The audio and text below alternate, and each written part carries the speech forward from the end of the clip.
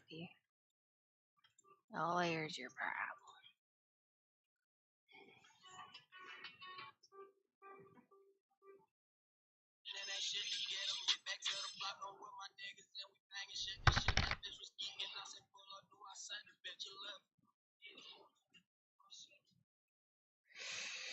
Where's Diamond?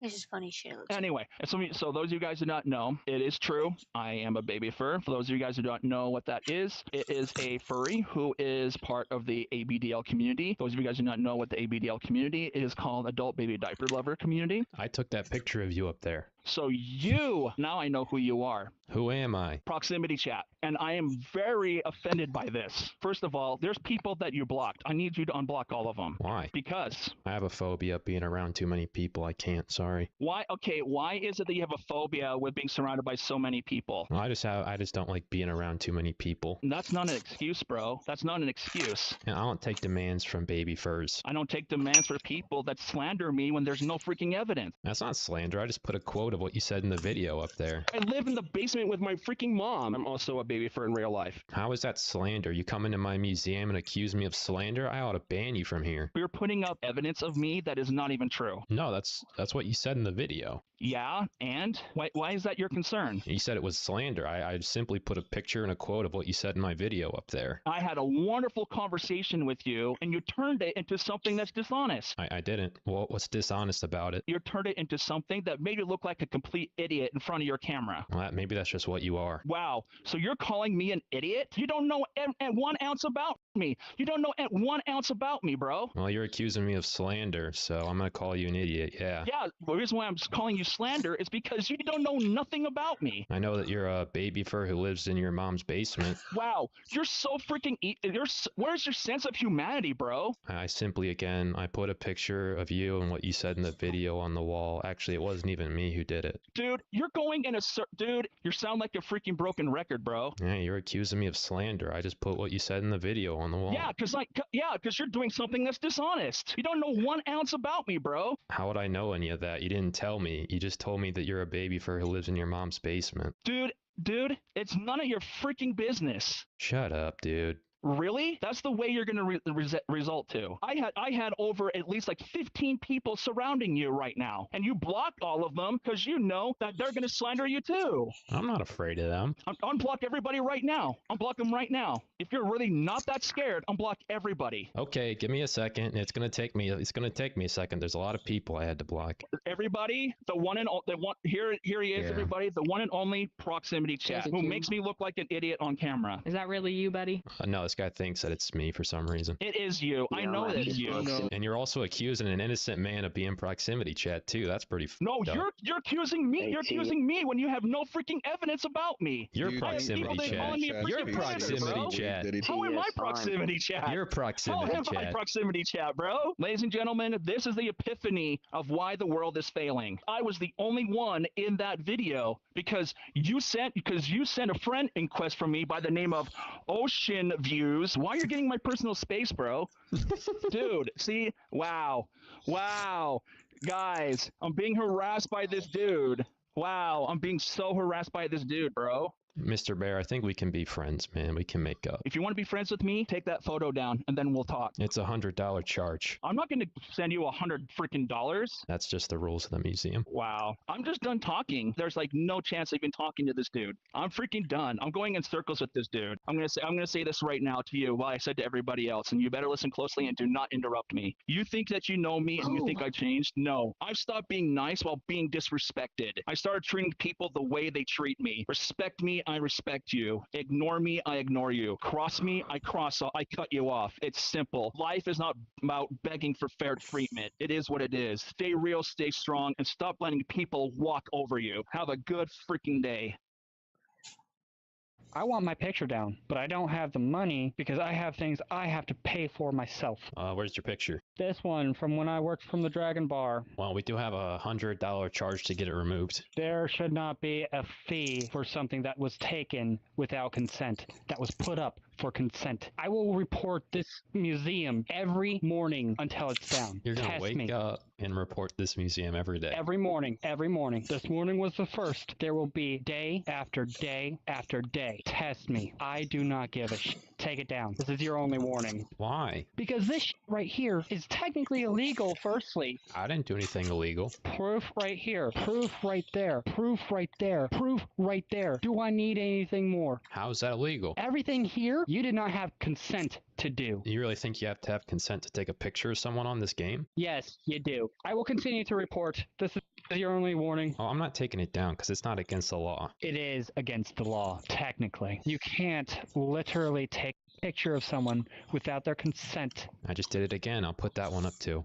You do that and you're dealing with a lawsuit. You're gonna lawsuit me? I doubt it. You don't have money to even get your I picture will. taken down. How are you gonna lawsuit me? I will. I'll always find a way. I'll find a way. Every day I will continue reporting and reporting and reporting until this world is either taken down or my picture is down. Every day you report, I'll put a new picture up. Go for it. You don't get to take pictures of me anymore. Unfriended, and finally, Today's video is sponsored by Factor. Factor delivers fresh, chef-crafted meals directly to your door. These meals include over 100 rotating weekly options, which He gets me the fuck out of there.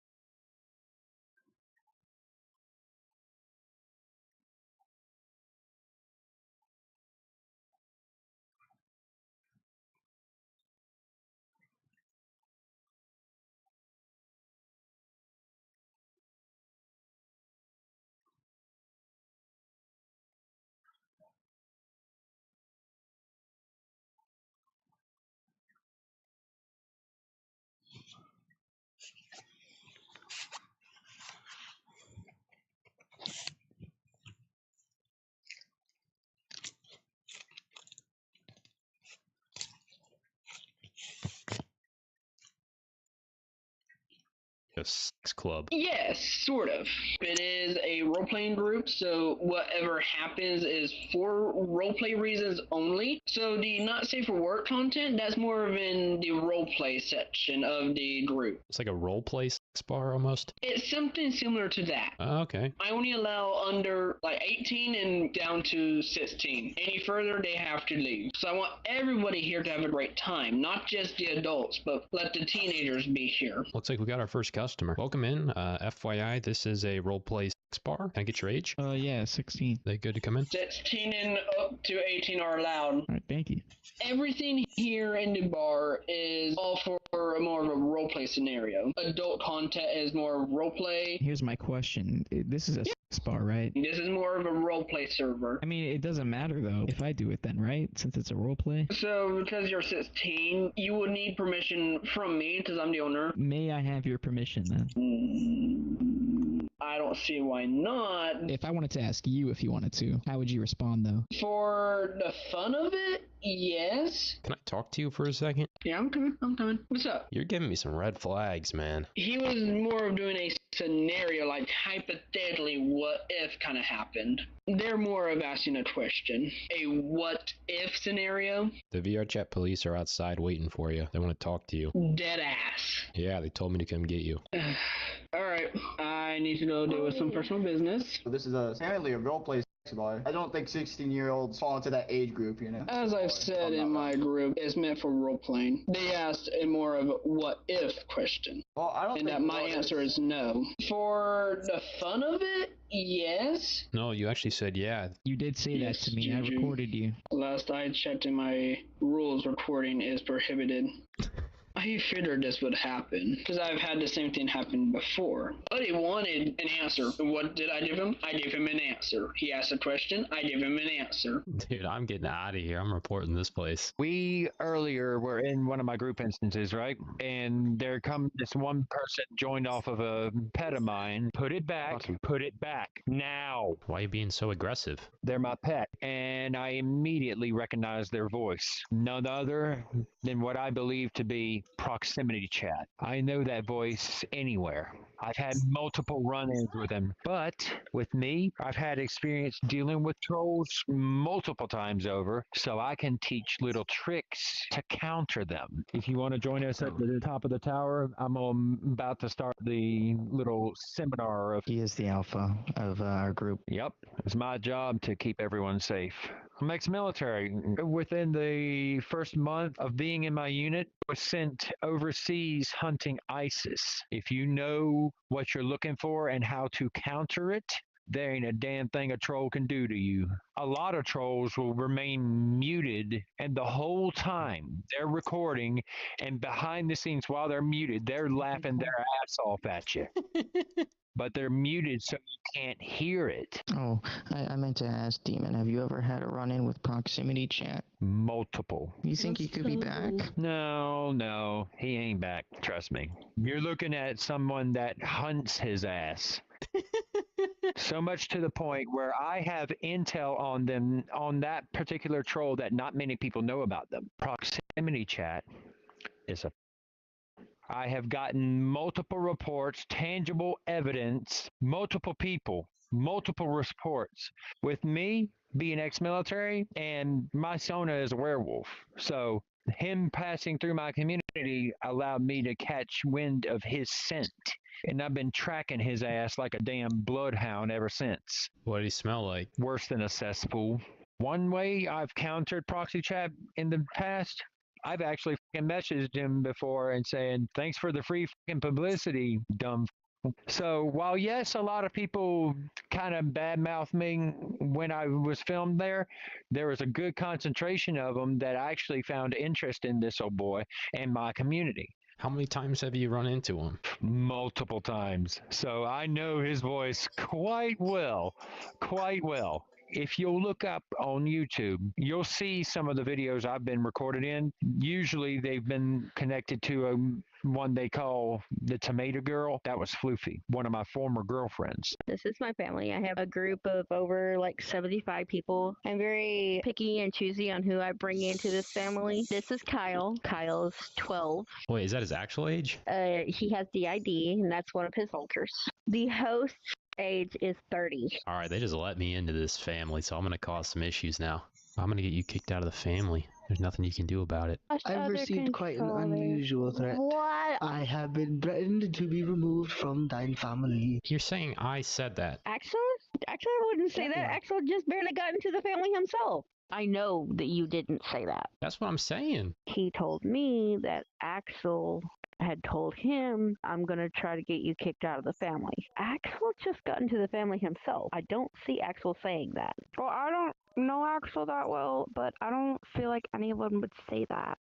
A lot of the family already don't like him. He got everybody so angry that all of their altars started coming out.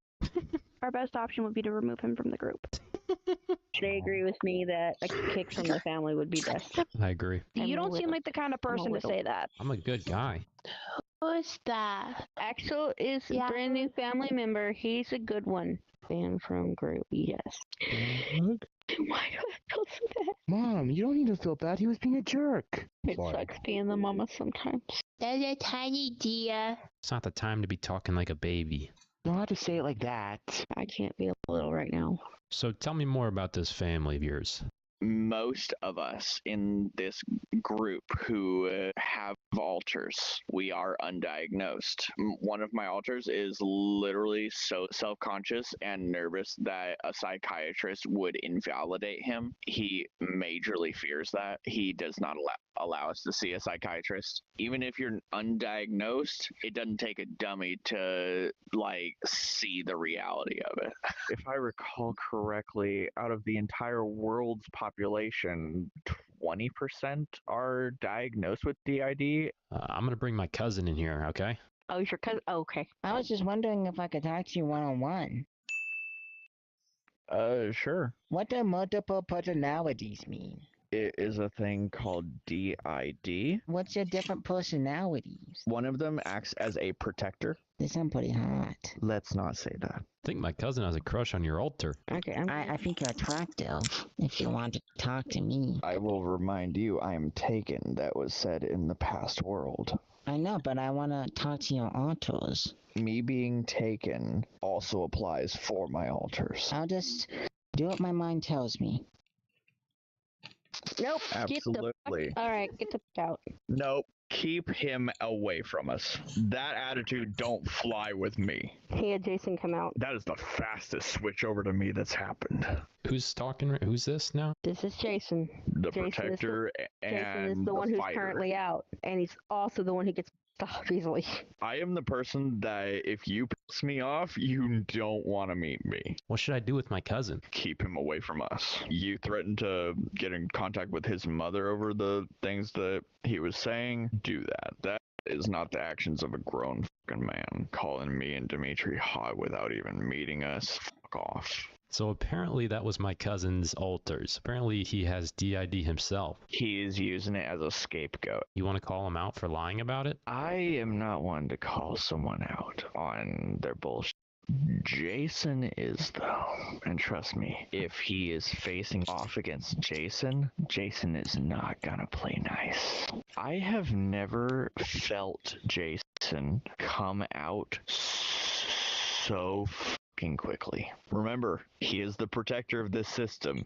If he needs to get me the fuck out of there, he gets me the fuck out of there. We're going to meet up because his parents want him to apologize, except for the fact that he's not going to be talking with me. He will be talking with Jason. Jason is fixing to call him out on his bullshit, and he is not fixing to fucking hold back. It takes a special kind of somebody to piss me off. Hi, Jason. I just wanted to tell you that I was sorry for what I did. Sorry that I said that your voice was really hot. And then sorry for rushing forward and loud kissing. You kind of sound like the same person as last time. Are you sure you're not faking it?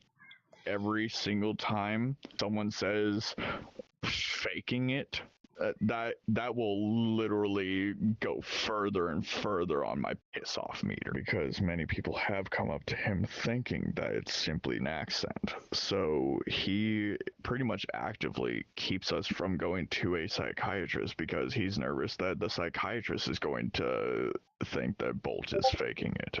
Are you allowed to record in here? No, we don't record. As far as I know, it's even in our rules. If we find out you're recording, you will be banned. It's in our rules. You do not have permission in any circumstances to record anyone in our instance. We're Catholics. We don't generally believe recording. We respect the TOS to the degree of respect. That's a breach of privacy. You're literally recording someone without the consent. We don't believe in recording people's voices without consent.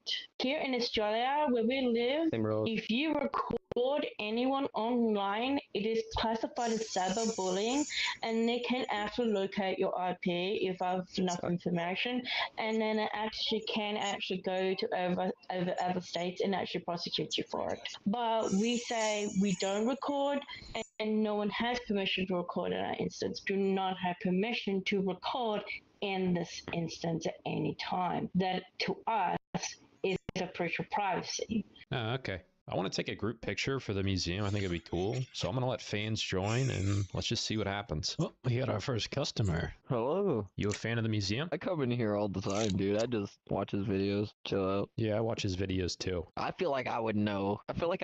Is it? No, wait. I feel like you'd know, right? Nuh-uh. Is it really? I thought you would know. Are you really? What? I'm waiting for people to come in. I'm going to take a group picture and put it on the wall. No way, bro. Are you guys fans or haters? Yeah, we're fans. We're fans. Oh, okay. Oh my god, here comes everyone. It's filling up fast. Dude, the bear showed up. No way. Can we get another picture where you're standing next to this I have that door. All right, that's good. Now I can. Let's go. Now I can say I've had a memorable part on This this. freaking legend. Let's go. What do you think of the fan base? Did I change your mind? Did we change your mind? I think it's amazing.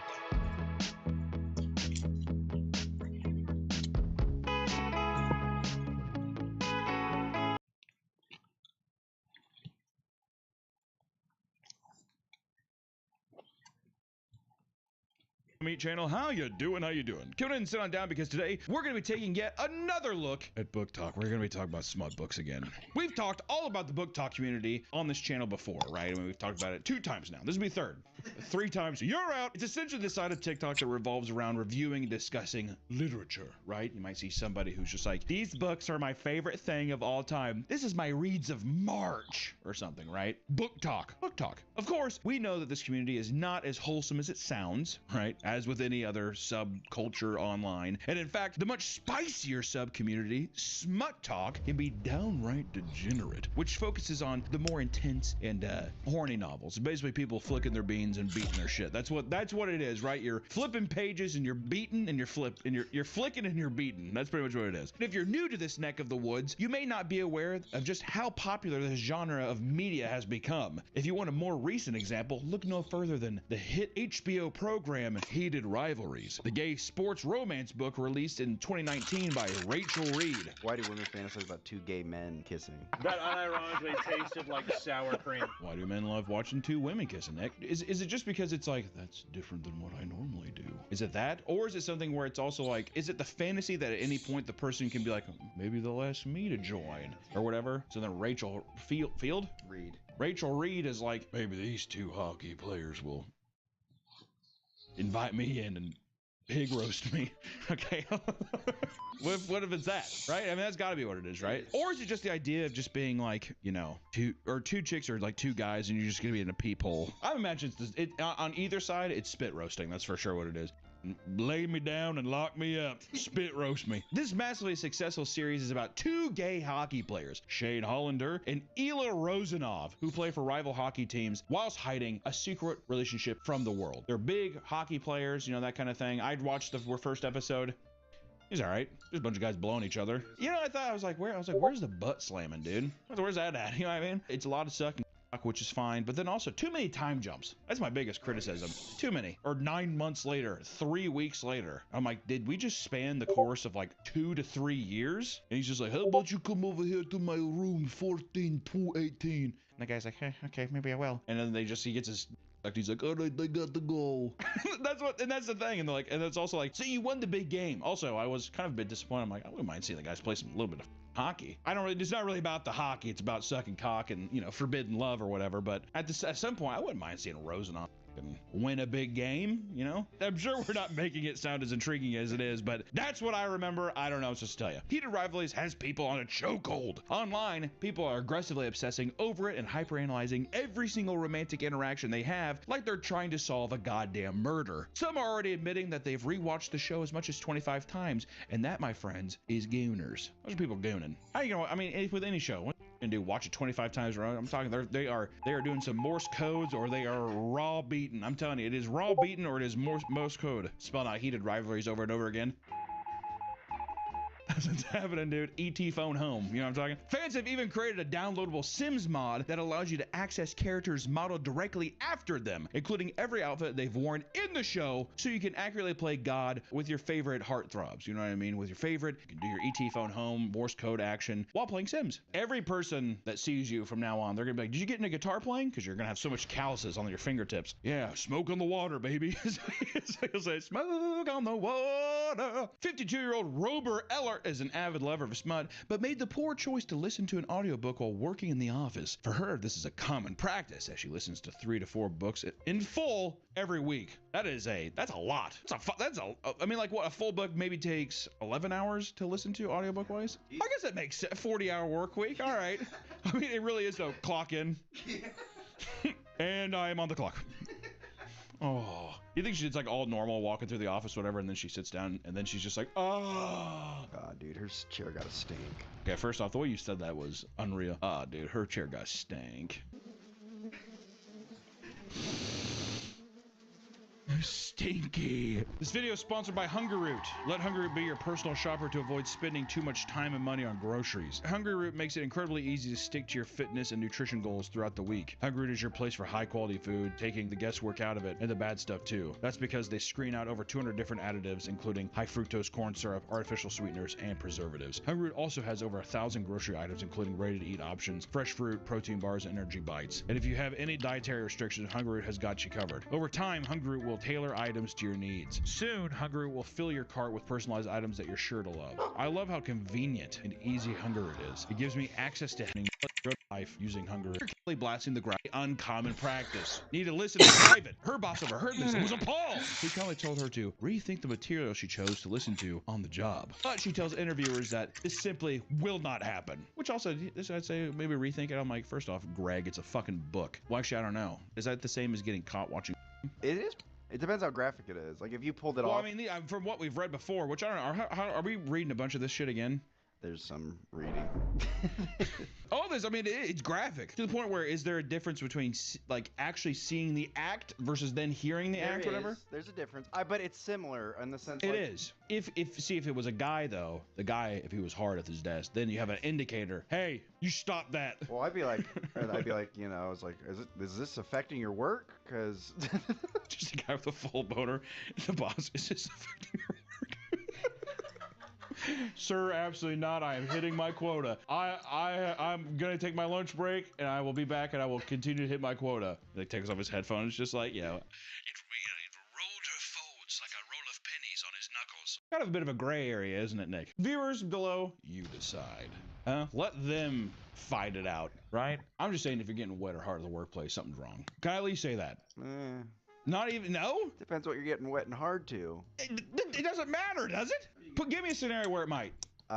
You get a random boner, and you get a little random wet from sitting. Is that a thing? First off, if it's a sneaky boner, tuck into your waistband and be shameful and go somewhere else. Also, I don't know if you're randomly wet, get a handkerchief and figure it out. I'm saying if you're like actively there. There's no reason. You're at work. Unless that is your job. Moments like this spark a debate about whether or not it's okay to read or listen to smut out in public, with many stating it's nobody's business so long as they can't hear or see it. I think that's fair. Some mom influencers will make relatable skits about how they drop off their kids at practice only to sit in their car and listen to absurdly horny novels.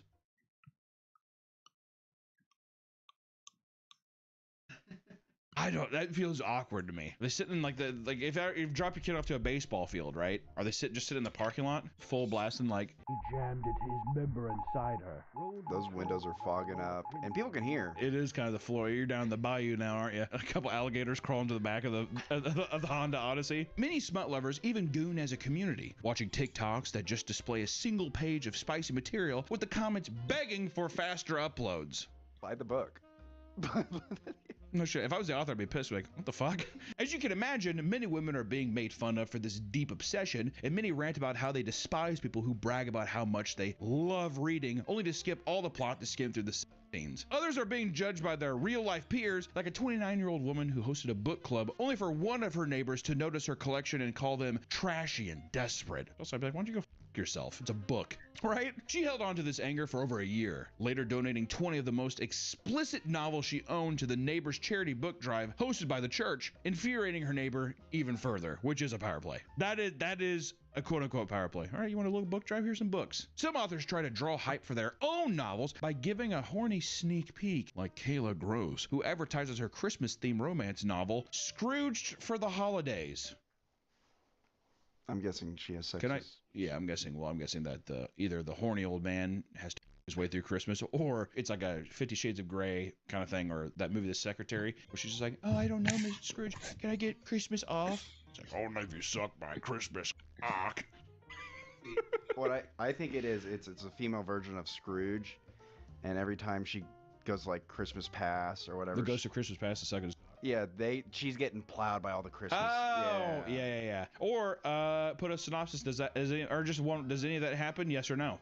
There you go. Over time, there have been more and more people coming out and admitting that their never-ending consumption of smut is affecting their real life. Whether it's being put in stirrups before surgery, getting a throat swab, or going to the dentist, smut fans are revealing that they are instinctively thinking about the horny scenes that they've read during the most mundane activities in their life. I can see that. If you're all bricked up all the time, there's no excitement. Also, I wonder if you're doing that too, does everything become sexualized, Nick? I went to the dentist and I was thinking about that scene I read. It's like, well, I don't know. Why don't you fucking not think about it then, dude? You can't. Women's minds. We're gonna go there, Nick.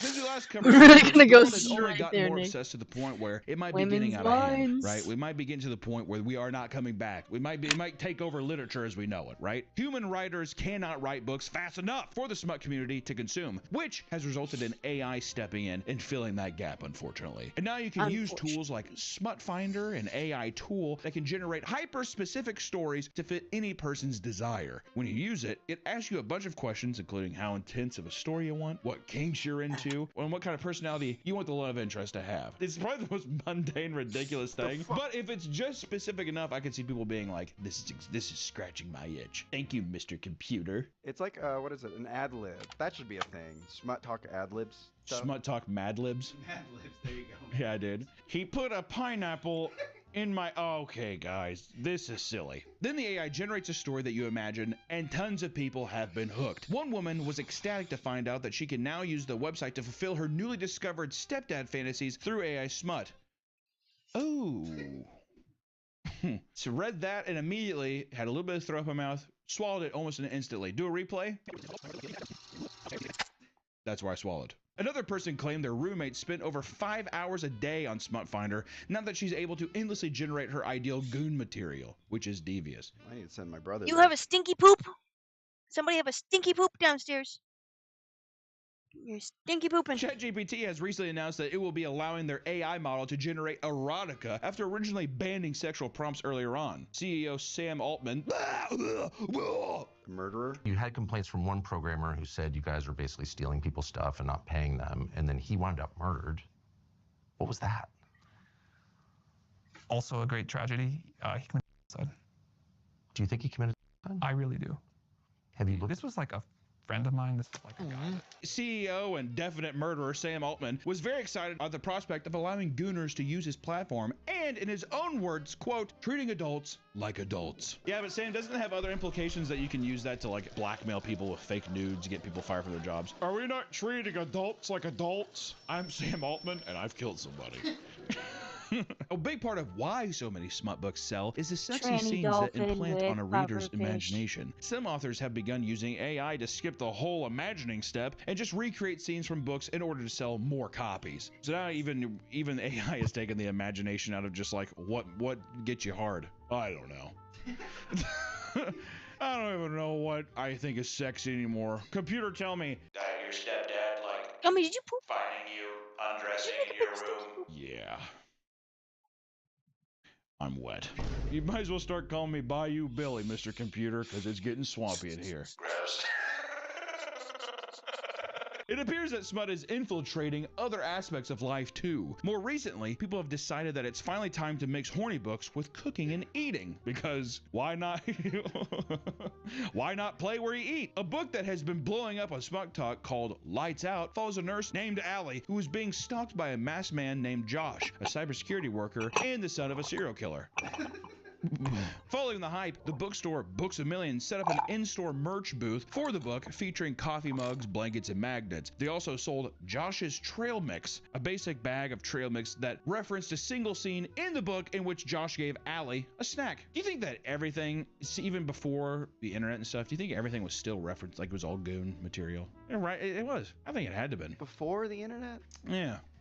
I think people have always been selling sex in this way. Like having a thing being like Josh's trail mix, you know, it is just trail mix, and then you do get your fingers all salty and you beat or flick your stuff. It is whatever. But that's been forever. That's been the same with like you buy a poster for your wall because you're looking at the poster of the person you like to do whatever, right? That kind of stuff. People have been using that forever. People sexually go in and buy things all the time. So what? Should we shame the Smut Talk people for doing the same thing? No, but if that's a collector's item, I wouldn't open it. Well, absolutely not. I would not be getting my fingers salty to smash or flick my stuff. I'd keep it, it'd be locked away only to be resold on some eBay site later on down the line. We tried looking to see if we can buy some, but there's a Books A Million nearby. Do they have the trail mix? No, this is a collector's item.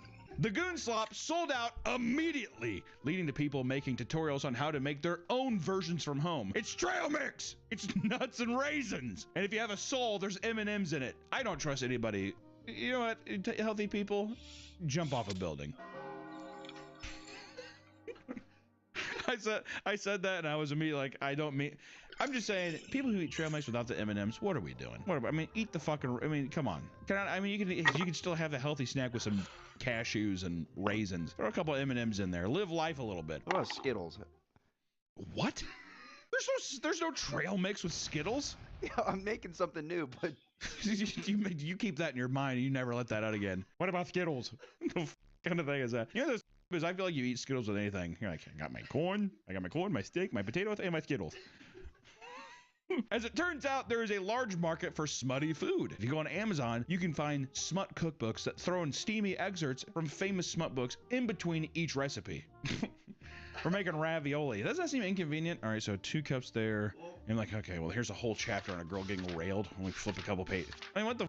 You know what it is? It's the cook times. What are you doing when it's cooking? Ah, see, there you go. Let this cook for 10 minutes. And you'd be like, sit down and read this excerpt. By the time you're done with it, your noodles are ready to be put in or whatever. That's actually a really smart idea. But now you're getting wet or hard the whole time. Pampers. Hey, Hunter's tip. Hunter's tip. Make a adult diaper that isn't just for shit and piss, but it's to help conceal your boner or clean up those wet damps. Hunter's tip. Also, Pampers, seriously, if you take that, I want like a piece of that. But eating food from sexy men and women is not enough for some readers. Some want to be the food. There is a book called The Final Dip, which involves a woman being transformed into a chicken nugget and falling in love with dipping sauce. And I want to read it immediately. Oh, is it a thing now where it's like Honey Mustard's like, dip yourself in me, baby? And then Ketchup's like, that, come over here. You think that people would simply read this as a joke, but some got into it and thoroughly enjoyed it, describing it as erotic as they reminisced about their favorite sauces, which is some big girl energy, dude. That is some big boy and big girl energy. What do you mean you're reminiscing on me? Fuck, that takes me back to Honey Mustard. Oh, fuck, horseradish. Being fully torqued at work, just like in your khakis at work. Fucking barbecue sauce. Oh, fuck. In the book talk space, the dark romance subgenre has been blowing up more recently. This is where things start to get a little more insane, right? Which I think these kinds of subcultures always pop up whenever you have people that it's the itch, you know, it's just it's not as itchy as it used to be, so you got to keep scratching. You got to make your own itch. Got to go out in the wilderness and find some kind of plant and start rubbing around. The goal seems to be to push things to the most psychotic levels imaginable, something that people are feverishly getting off to. And in fact, this is nothing compared to the other novels in the subgenre. A lot of the spicier dark romance books that Smut Talk enjoys often include a trigger warning page. A full page! Hey, but watch out. There's a bomb. There's a bomb! One book in particular contains warnings for sexual assault, gang, and child, despite being a romance novel. This is a romance novel. We are a romance novel. And these are things, hey, just let you know, we're talking about all this stuff. Like, still about hockey players. It's like, this is about gay hockey players. It's like, yeah, but just let you know, we get into some dicey territories. The same book lists bizarre things like human centipede and proper use of holy water and knife play. Others will incorporate warnings for things like spider play. Spider play? I'm not even gonna get blood play. And of course, and not last, light breeding. A little light breeding. That's the crusty top of your creme brulee. You have to crack open. There are many books that include sex scenes directly incorporating gruesome violence. There's a lot of them. That's almost all of them. I'd say that's a big one. People just want to be. It's full on almost murder. It's murder. You can find people all over social media delightfully recommending books that include things like this, as well as non-consensual. There are now parents having to explain to their kids, who are as young as 14, why they can't read the dark romance books they brought home because they aren't equipped to handle the intense subject matter. Hey mom, what's spider play? She's like washing dishes. Did you get into your father's literature again? I was at my buddy's house one time.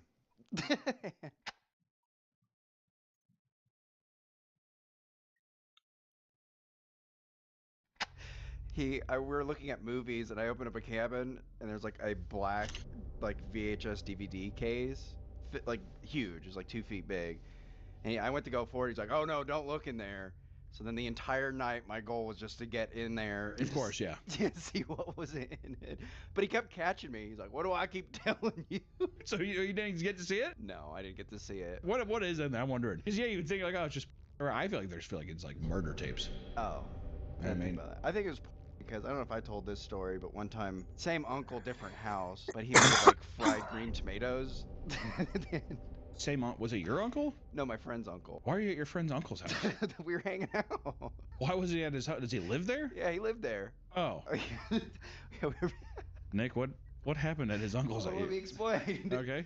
He made fried green tomatoes, and we were trying it, and I dipped it in a little ranch sauce. And then I noticed there was a used tissue on the counter, and I grabbed it and like used it to wipe up. I'm horrified. And then he's like, "Oh no, don't use that." And he started laughing, and then I was just like, I don't know.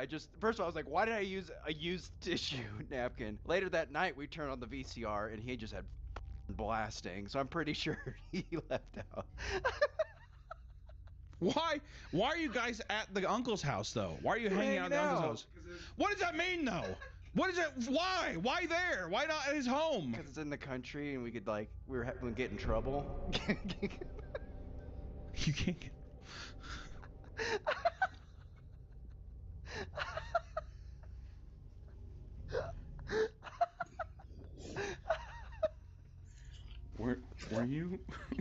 Were you and your friend assaulted by his uncle? No. He gets up and leaves.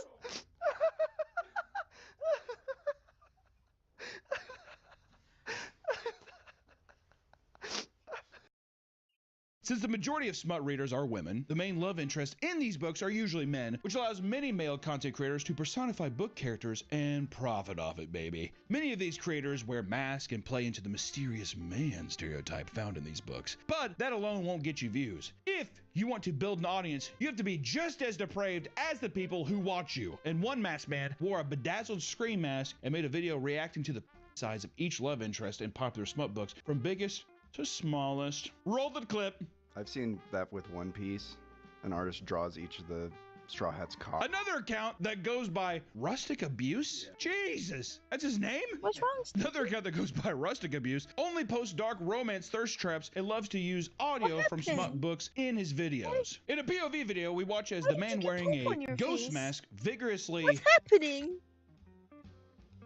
You, the viewer, while super horny smut audio plays in the background, and I just gotta say, it is jarring.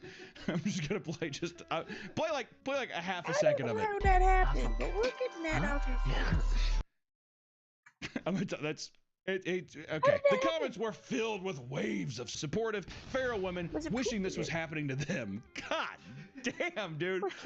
I'm gonna get a tree. If I was a jack guy, I'd probably try to profit off this shit. Well, yeah, why not? This is what I'm dealing with, though, dude. Well, women like that. Women like this? There's a thing for everybody. The dipping sauce community did. Yeah. The chicken nuggies. You can put a little dipping sauce in your belly button. Yeah, I'm that guy from that book.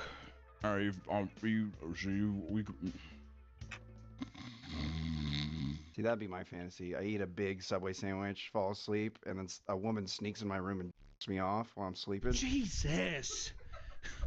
God, why? I'm just saying dipping chicken nuggets in my belly button. God damn.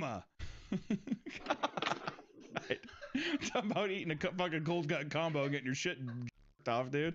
Good lord. Another creator put out a criminally cringe video singing the 12 days of Smutmas dressed in some sort of Escape the Fate cosplay to a roaring crowd of boos in the comments.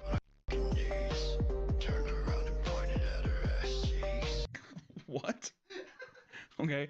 Other creators post full-on skit scenarios of masked men chasing women. One creator on TikTok started posting them last October and already has 400,000 followers from posting smutty scenes. In them, masked characters like Ghost from Call of Duty chase after women, choke her, and even tie her up in ways that can sometimes feel less sexual and more like a group of robbers breaking into a home to assault someone, right? That's what you sign up for. Oh, it's hot. Regardless, the Gooners have given it their seal of approval. They say, me like that. In our previous videos, we had covered some of the most insane excerpts to ever be written on paper. But if it wasn't clear, it's gotten worse enough that we got to do a little update, right? We got to dive in just one more time. Hey, we dipped our toe in the pool. We got to do a temperature check again. Let's start with the book Little Stranger. Don't like that already. I don't like a book called Little Stranger. I'm imagining a little showing up at your door. Dude, he's a bit. Little person. It has multiple scenes of the female lead being physically attacked, and in one scene, the main love interest, Malachi, is throwing the woman, Olivia, against a tractor and shoving a screwdriver into her without piercing the skin. Here's an excerpt. I pulled the screwdriver out from my back pocket, closing the distance between us and grabbing the hair at the back of her head, and shove her between the two broken tractors. Olivia screams, but it's muffled as I cover her mouth. Shh, I whisper. I hold the screwdriver to her throat, and her pupils are expanding. Her breath is uneasy, and the gaze in her eyes tells me she's enjoying this. So see, you thought that this was actually just a horror book until that last sentence. And that's how you get, see, that's dark romance. Furries have also broken into dark romance and have begun adding their own stories with such wonderful excerpts as, quote, with one final savage thrust, the doggy buried his to the hilt in her and hosed her insides with a massive load of hot doggy. You have to bleep almost all of that, first off. My God. The person who helped find these excerpts, why did they include that one? I demand to have them justify it right here.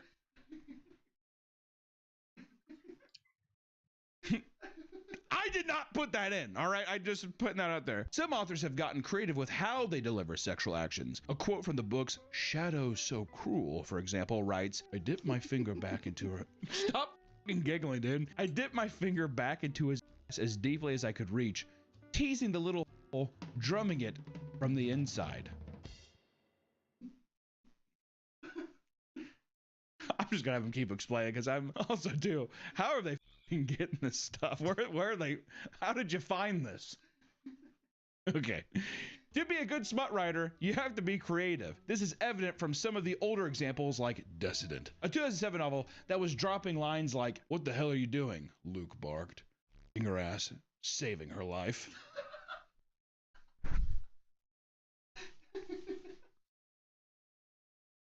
This, I will say, To me, this does feel like this is way more intense than the last ones. No one can set the mood better, however, than Charlie Knickerbocker. Careful with that, how you say that name. Damn. In their book, Possessed. Quote, I smell sex in the air already. Nah, I just burped. You can't see?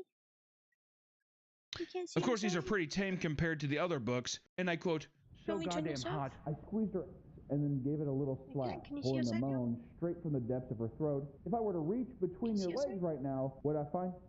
Ready for me? Yes, she groans, pushing into my hand, then for me. Can you tell my mom to... Yeah. Hey, Missy.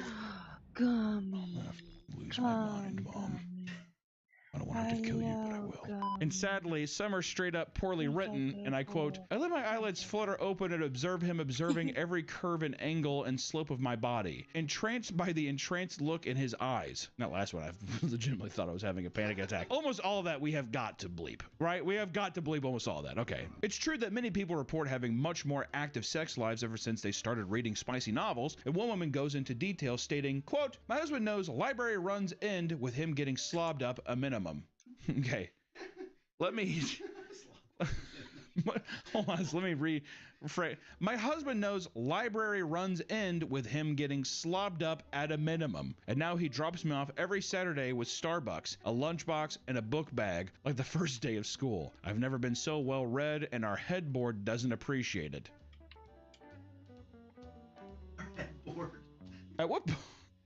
One married man pleads for help online after explaining that his wife reads smut practically all throughout the day, whether it's at dinner table or before bed. After 5 years of marriage, they now only have about once a month. Meanwhile, she'd read about 150 books within 1 year and spent so much time doing so that they no longer had anything else to relate to besides the kids. My God. Wow. What are you doing? Wow. Wow. The smut epidemic has gotten completely out of hand as more people get addicted to the horny hardcovers, y'all. Now, authors like Quan Mills are tapping into some of the most intense ideas possible to keep up with ever-increasing desires to bizarre fantasies, which Quan Mills is one of the most prolific writers of our time. I will say that.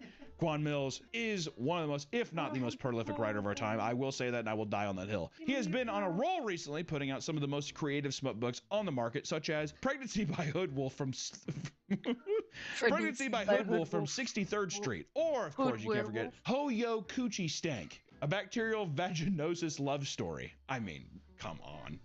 Come on! At the end of the day, pornography and smut are both harmful in their own ways, right? Especially without moderation. They're not entirely the same, but both can absolutely become an addiction that warps one's view of sex and relationships. But at the same time, if you enjoy something in the privacy of your home, and if it's just, I mean, you know, it's a book, you know? Enjoy things to your own delight or whatever, but if you see that it's transforming your life for the worse, maybe consider stepping back. Otherwise, I say, plow ahead and have some fun. Gotta get through the workday somehow. Or you can listen to Creepcast. Creepcast. We have got to talk about the Uncle House thing. I'm going to stop recording because we have got to talk.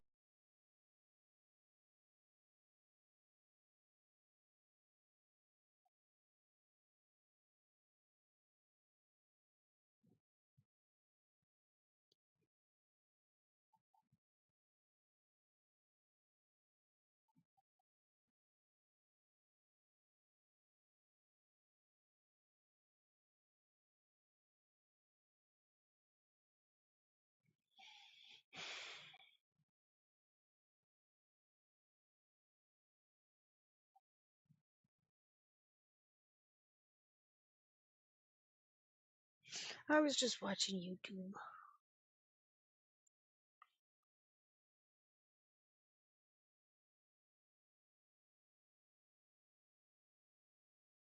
When we first came across Ebo Noah's viral TikToks, we didn't think much of it. His videos were getting tens of millions of views, but it still felt like just another creator online, Nerdy boys stirring followed your panic by channel. warning people that the end of the world was coming in a matter of weeks. So we moved on. But it wasn't long before we came across a wanted poster with his face on it and headlines that read, "Elmina police declare Ebo Noah wanted." And that's when we realized this wasn't just online chaos anymore. whatever he had done had real consequences, and it had already affected millions of people. Evans Ishun seemed to be living a pretty normal life in Ghana, though not much is known other than his attempts at social media recognition, with his posts often containing tags like FY page, viral videos, FYP in the caption. He went by Igbo Jesus on his TikTok, Instagram, and YouTube pages, and posted content focused around Christian teachings. But things took a turn on August 21st, 2025, when he changed his username to Igbo Noah and posted a video of him standing in front of a large boat. The video was not in English. It's reported that he was saying that his message came directly from God. He warned people that a heavy rain was coming and that God had instructed him to prepare a place for safety. He warned that people who mocked it would later regret it,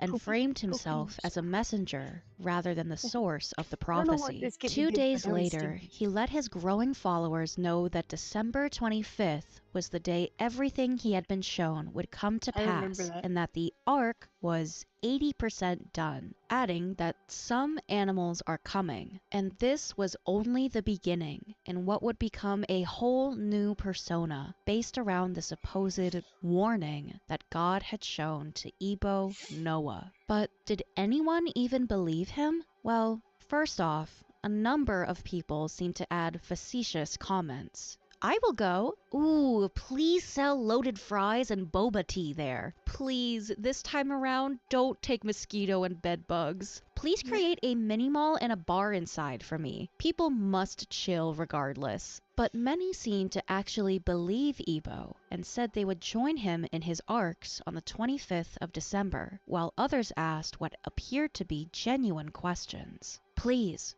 what time should we come? Please, location so me and my family can start to come. Igbo also reshared a comment within a post of him walking inside of one of the arcs that supported his claim and expressed their worry. The way you guys are making fun of him in the comments section was the same way people mocked Noah. Ooh, guys, what if it's true? No one believed Noah until it happened. I'm scared. But considering what Igbo was sharing, people had a right to be scared. In another post to his social media pages, he shared more details about the impending end to the world as we know it. Don't tell me what to do. Don't tell me what to do. It's my house. Don't let this too pass. Please, I said 25th December is going to rain.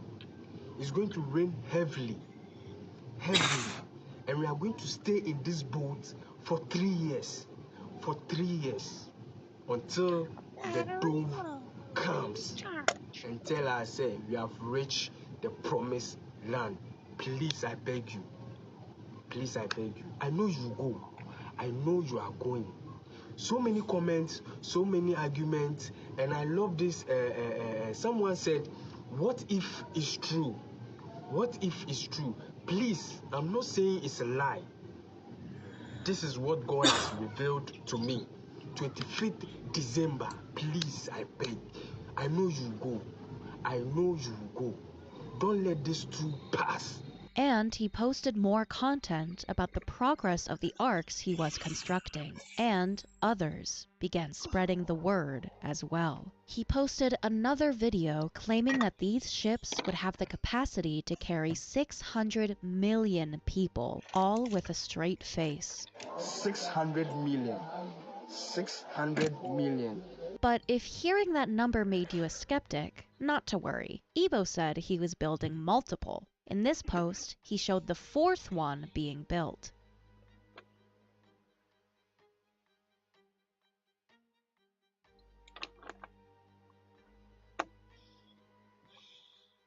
Eventually, he made it known that there would be 10 arcs total, and that he was preparing a place for those who were planning to join him. This is Ebunwa. As I'm talking to you now, I am at the location.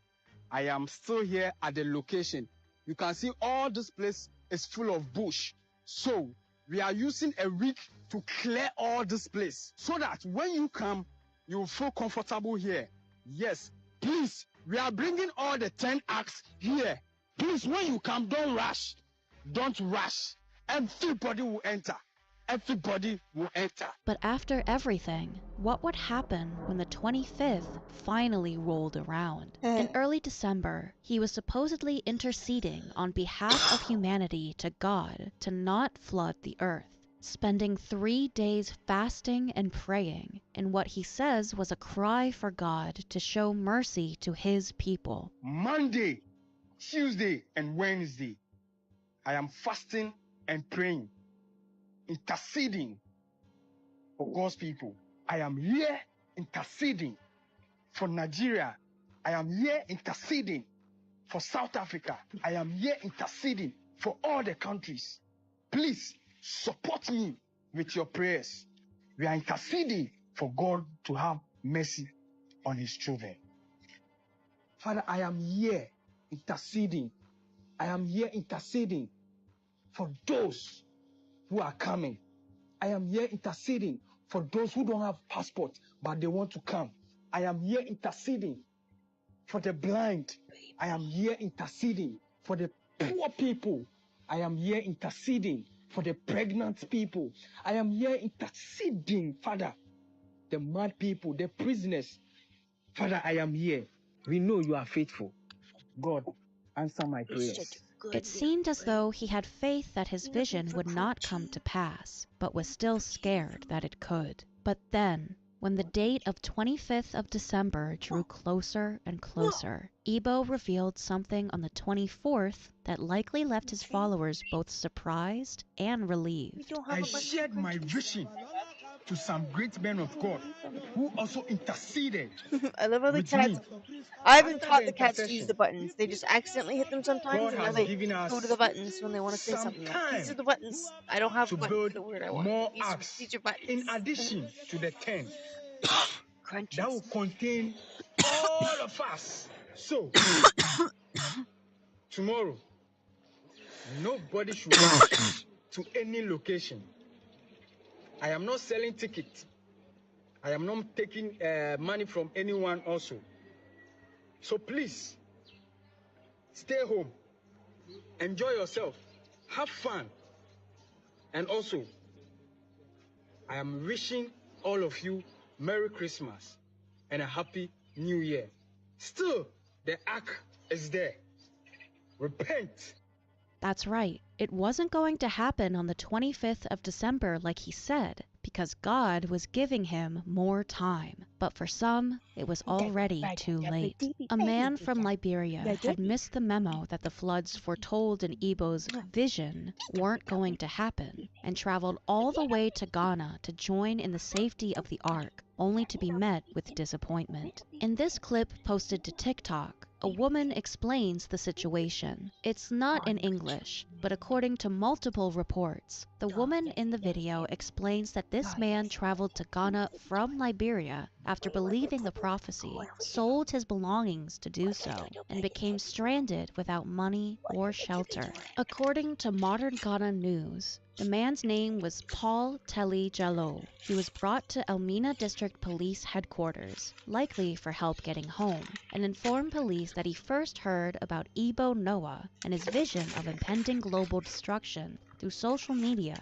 and even international news, when platforms like CNN and BBC reported on Ebo and his arcs. Paul told them that he traveled to Takoradi, then moved through Accra and Cape Coast, before finally arriving at Elmina Beach in search of the purported ark, only to be told by locals that the arks didn't really exist, at least not in the way that Ebo Noah had claimed. So, he was out of luck. But was any of it true in the first place? A number of people raised the same solid point. It's too small. Just to give a little biblical context, if Ebo was trying, even remotely, to build vessels resembling the actual ark the OG Noah built, as recounted in Genesis in the Bible, there are actually a pretty clear set of instructions he could have followed. It is written that God himself spoke to Noah, telling him,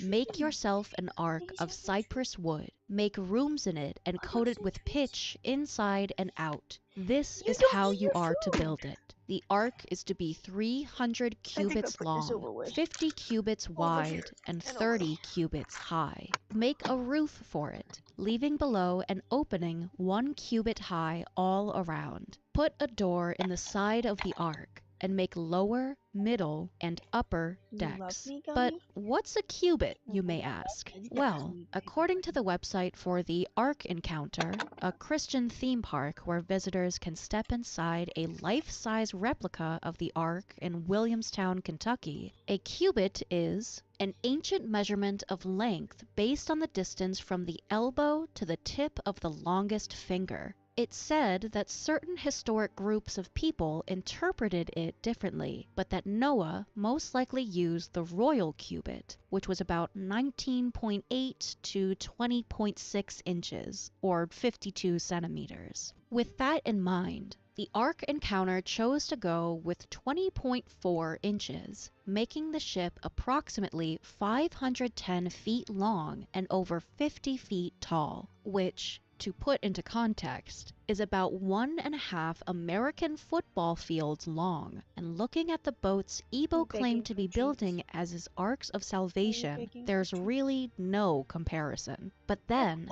a number of commenters pointed out something that Ebo Noah must have missed or even forgotten when he interpreted this alleged warning from the Lord. God's own promise in the Bible. The rainbow showed by God told us he will never destroy us with flood anymore. Please try and read Genesis 9:11 through 16. And it's true. According to Genesis, God made a covenant with his people to never destroy the earth with a flood again, and he created the rainbow as a sign of this promise. But something a number of commenters couldn't understand. How was he paying for it all? Lumber isn't cheap, after all, so this would have been a big financial undertaking. But who's funding this project? Who is sponsoring him? But Brother Ebo, please, how do you get the funds for this project? And finally, in one of the comments, Ebo replied that he has people sponsoring him, but it seems he wanted more, as he then posted what appears to be him asking those in his village to donate supplies for the ark.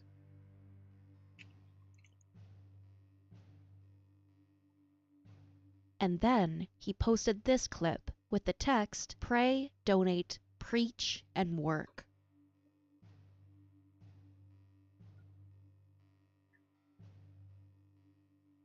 Now, it's unclear if this was just in reference to what he had been doing himself, or what he was asking others to do. So, although he wasn't showing himself directly asking people to donate money to his cause of saving God's people, it's fair that this, along with the questions of how he was paying for all of the lumber costs, led people to believe that he had been seeking monetary support from his villagers and followers. But he did want to make one thing very clear. Please, I have not asked anybody to sell his or her property. I have not asked anybody to resign from work. No, I have not said that.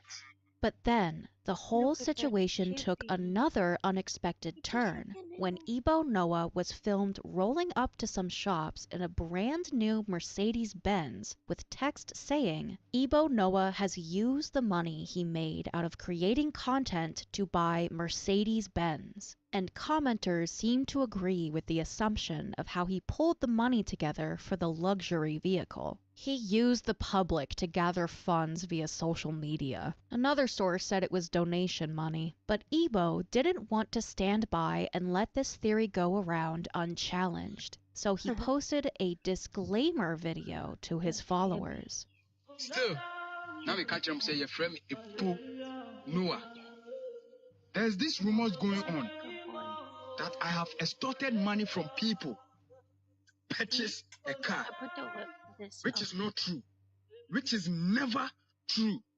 Nobody has given me money. Nobody has given me money, and I have no plan to take money from anybody.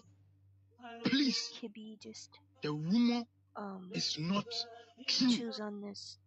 But But some rumors weren't the only thing he had to contend with. You see, Ebo wasn't just tossing around apocalyptic possibilities. He was actually breaking local laws. According to Modern Ghana News, police actually tried to locate and arrest Ebo in order to question him back on December 18th.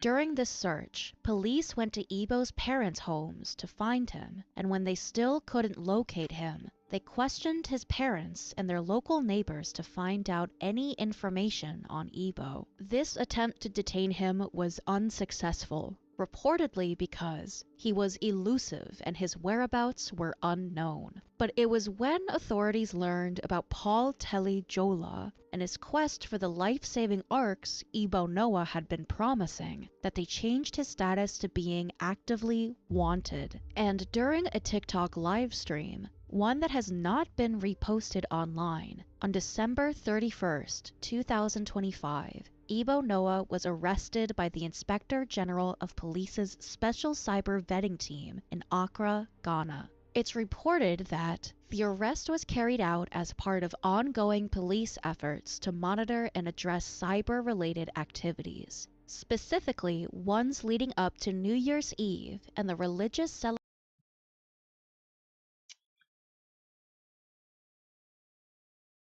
For real?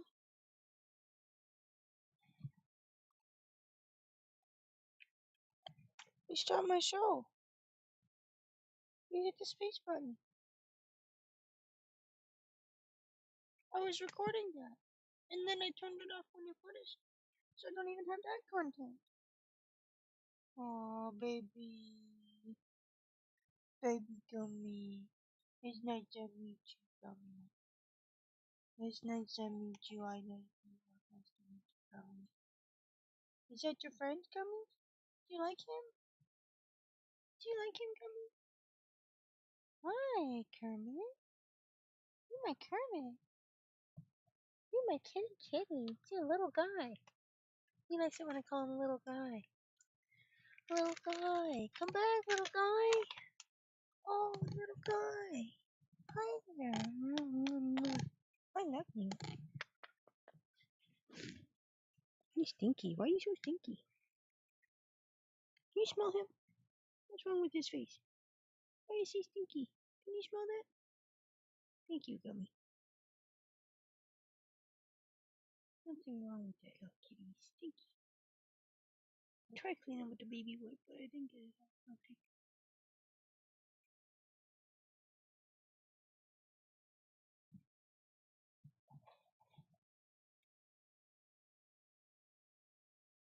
Thank you, Gummy. Do you want a treat now? You want a gummy treat? Let's see if there's any in here. Let me see. Oh my goodness, I think the kitten got them all. The kitten got all the treats. You're such a smart little kitten. Let's see what we got over here. We got treats over here. What's this gummies box? You see this? There, that's your kitty treat. Thank you, Gummy. Cleaning the kitten. I don't know why he's so stinky. I just want some water. Thirsty?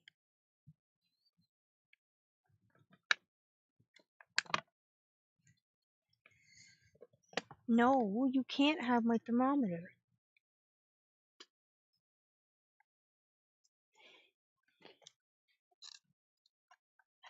It's not. I see that you've ripped it off there. I keep feeling the sides of my boob touching things, and it feels like my boobs are falling out of the shirt. And it freaks me out. I'm like, whoa. Whoa.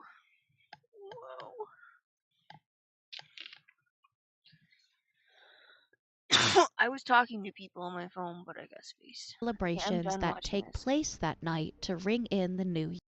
I'm done watching that. Turkey Tom.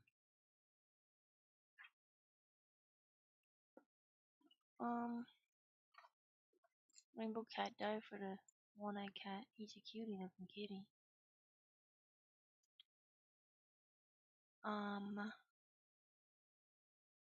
What do we got here?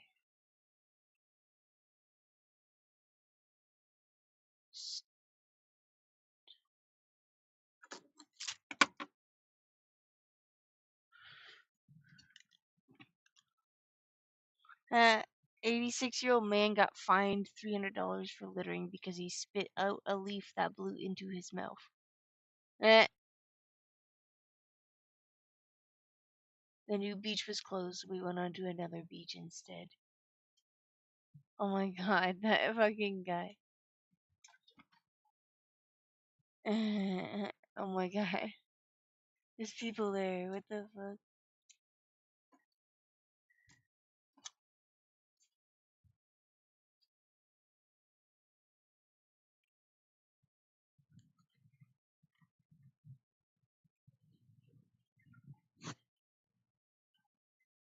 What's magma? Bedrot. Okay.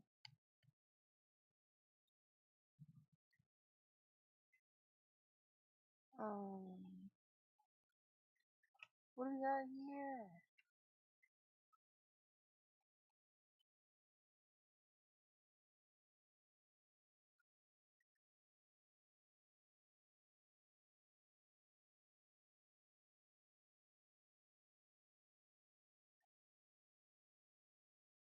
Jackal girlfriend.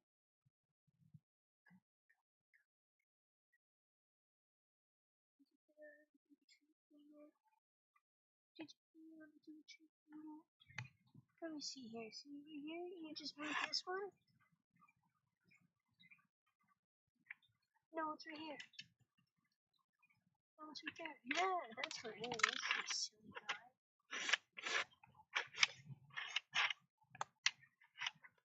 You fucking lost it already. What'd you do, Gummy? I taped it all down. You can't get under there. It's all taped now. You're get out of there. It's just a treat. Get out of there.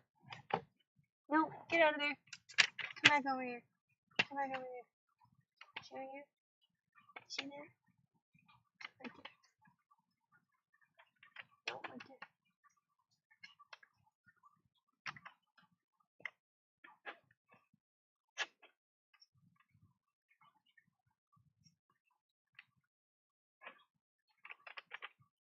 No, you slide this way. No, slide it this way. You do it. You do it. He's like, did you have to poo me in the nose like that? Probably not, I guess. Let's go this, see? Go this. He's like, stop moving. And he tried to grab my hand out of the way.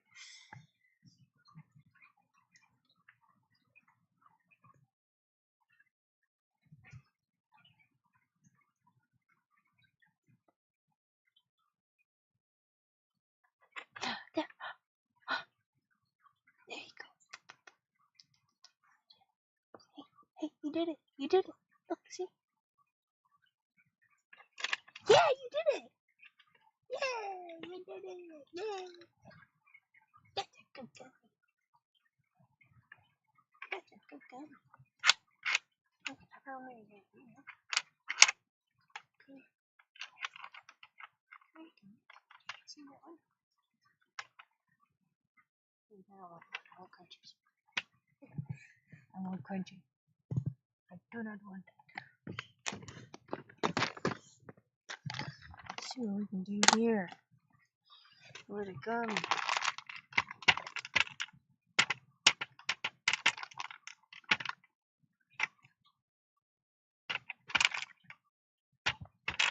Oh shit, that's too many.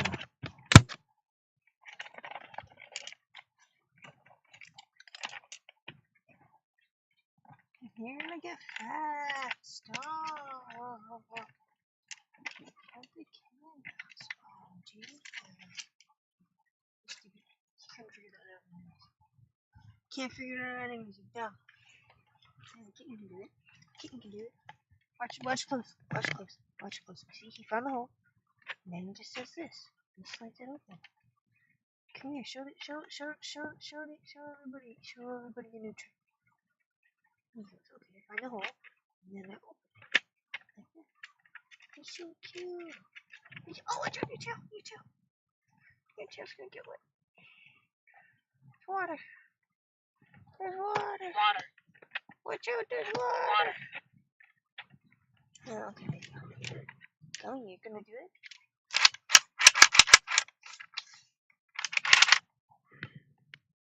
Gummy. Gummy, come here. Gonna get some over here.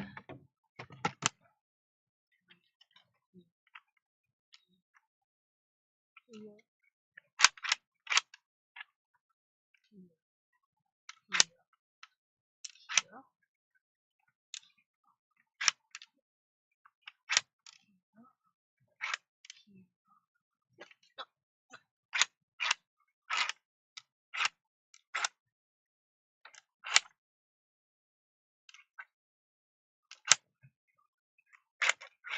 Oops.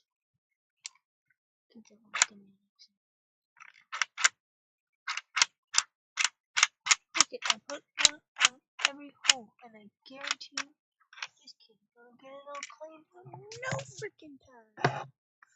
This kitty's so smart. Look at this little genius. How do you fit that big brain in there, buddy? I love you. How do you fit that big brain in there? I love you. I love you. There's a big brain in there. You get that puzzle going. You get that puzzle going. You see that puzzle? You see that?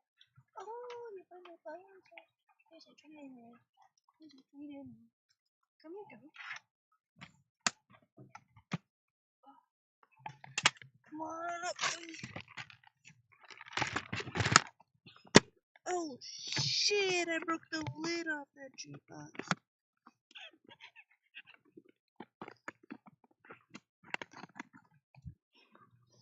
This ain't good. That's bad. That's really bad.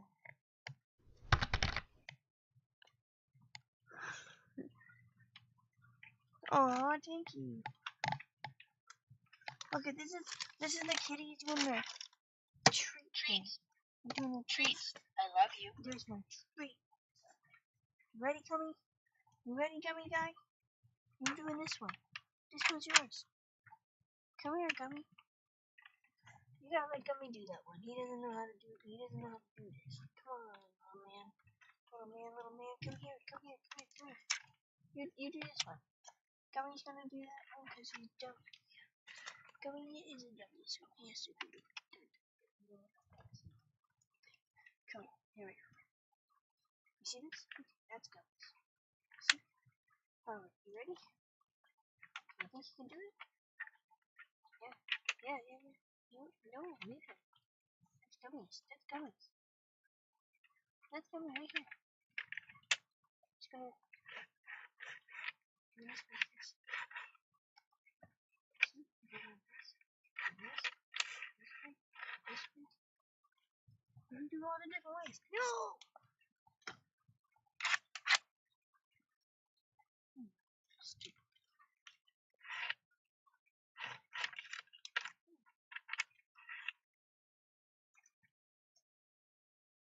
Perfect.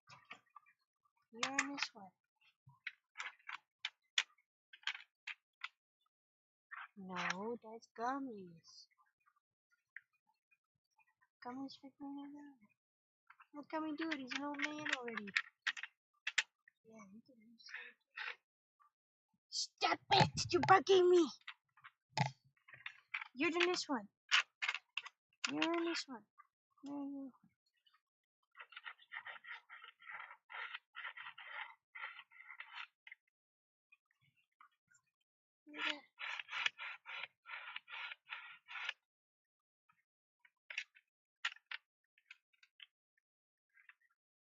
You need to let Gummy do his own treat.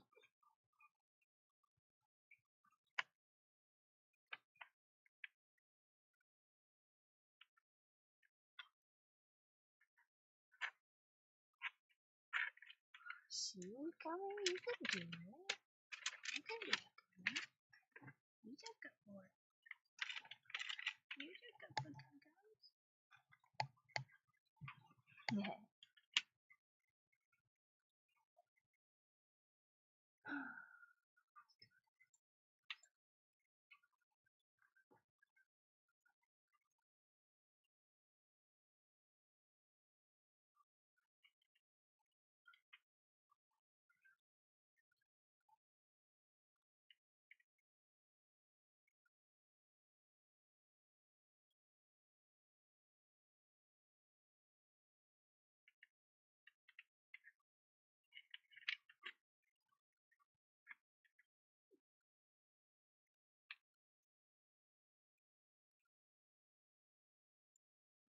Gentlemen, female gentlemen, due to mass request, we are doing the female crash out theory. That's right, we do lots of lore on this channel, here on the Nuxtaku channel, every day, new lore, that's how it works. Today, female crash outs. Recently I did the bird hands theory, and this was highly requested, so here we are. Let me know future deep dives into lore you want, whether it's woman lore, cartoon lore, religion lore. We do all the lore. Every lore gets happened here once a day based on your request. Let's go.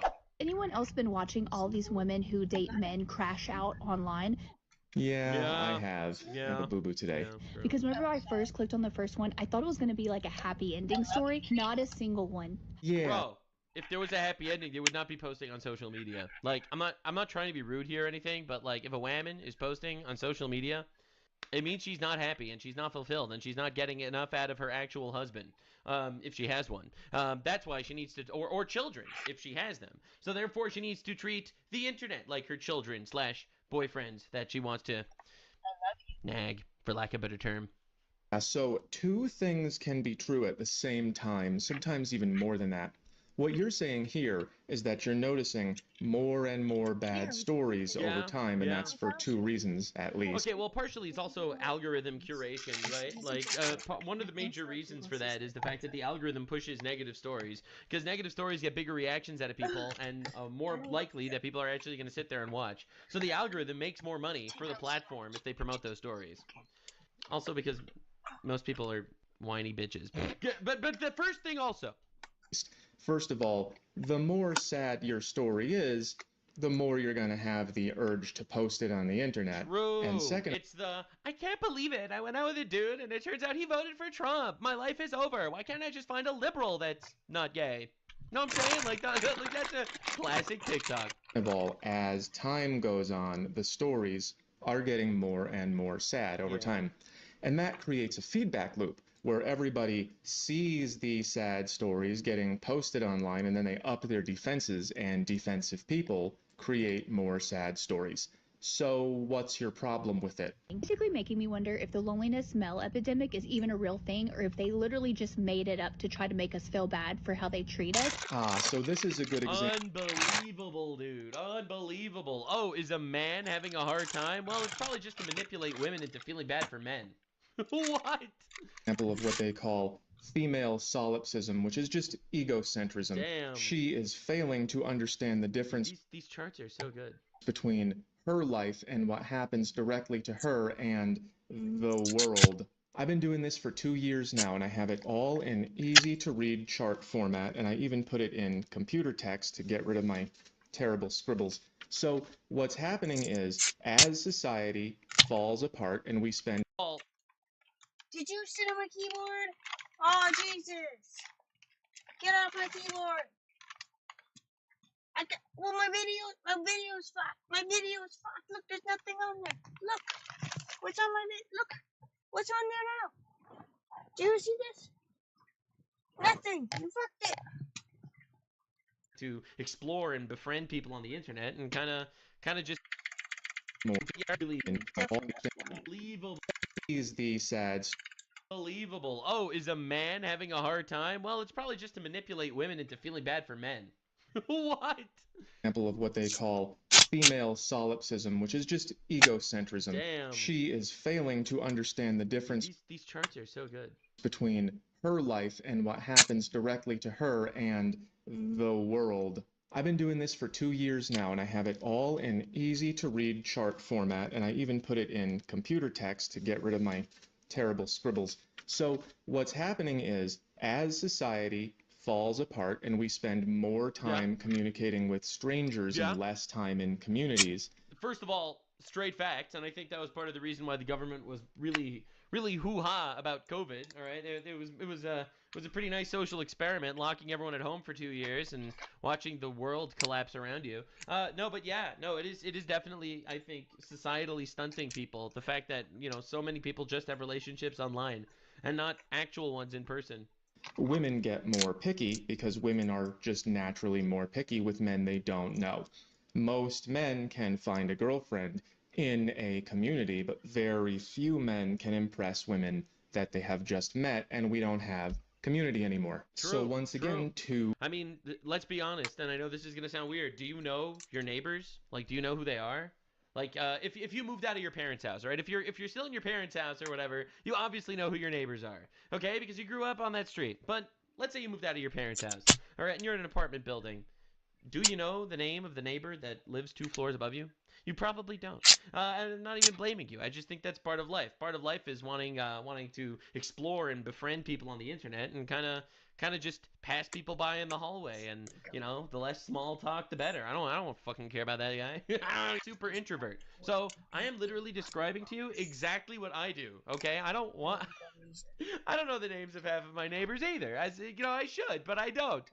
However, I do have a strong group of friends, personal friends that I do have, but I just don't do acquaintances. That's me personally. And I think a lot of people, you know, unfortunately don't have that strong friend group and don't do acquaintances and end up just completely reliant on friendships that you make online with literally no one knows who these people are. Like, for all you know, you're friends with someone online and it turns out they play Genshin Impact. Oh my god.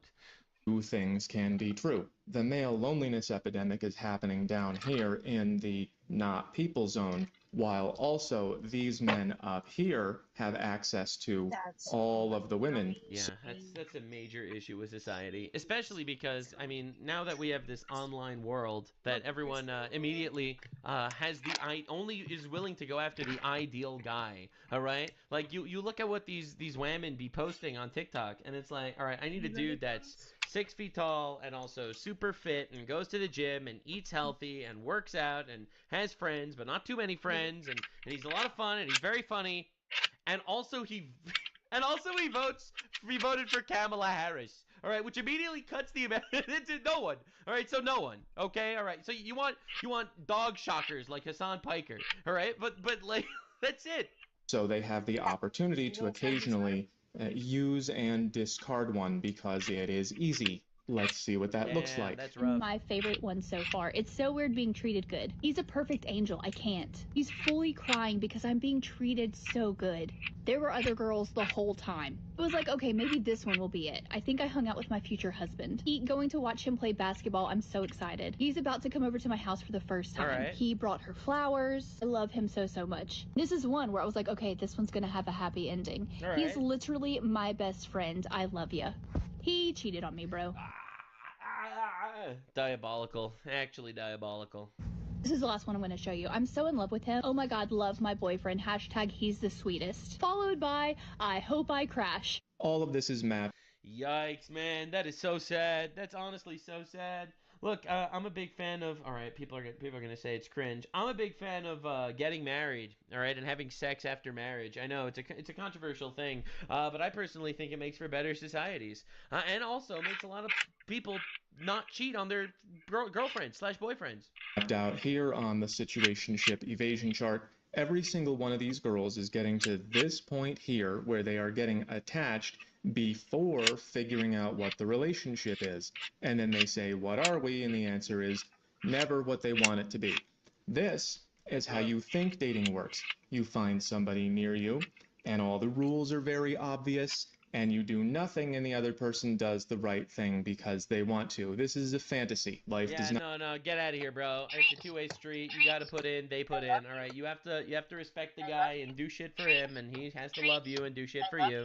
Two-way street. You gotta be a giver. If you're not a giver, you're a taker. If you're a taker, you are a parasite. Honestly, that's kind of what we're looking at here.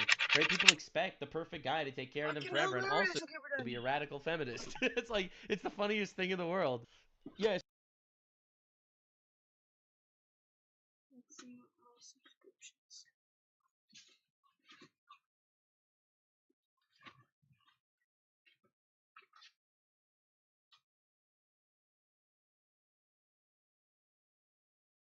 Everyone's favorite self-proclaimed stimulant-abusing Chad Clavicular just got hard-mogged by Arizona police mid-Jester Max at the club, all because he was LARPing his age with a fake ID and live streaming it. I know everything in this intro and the title of this video is a violation to the English language, but here we are. It's a New York Times setup if I've ever seen one. This feels like...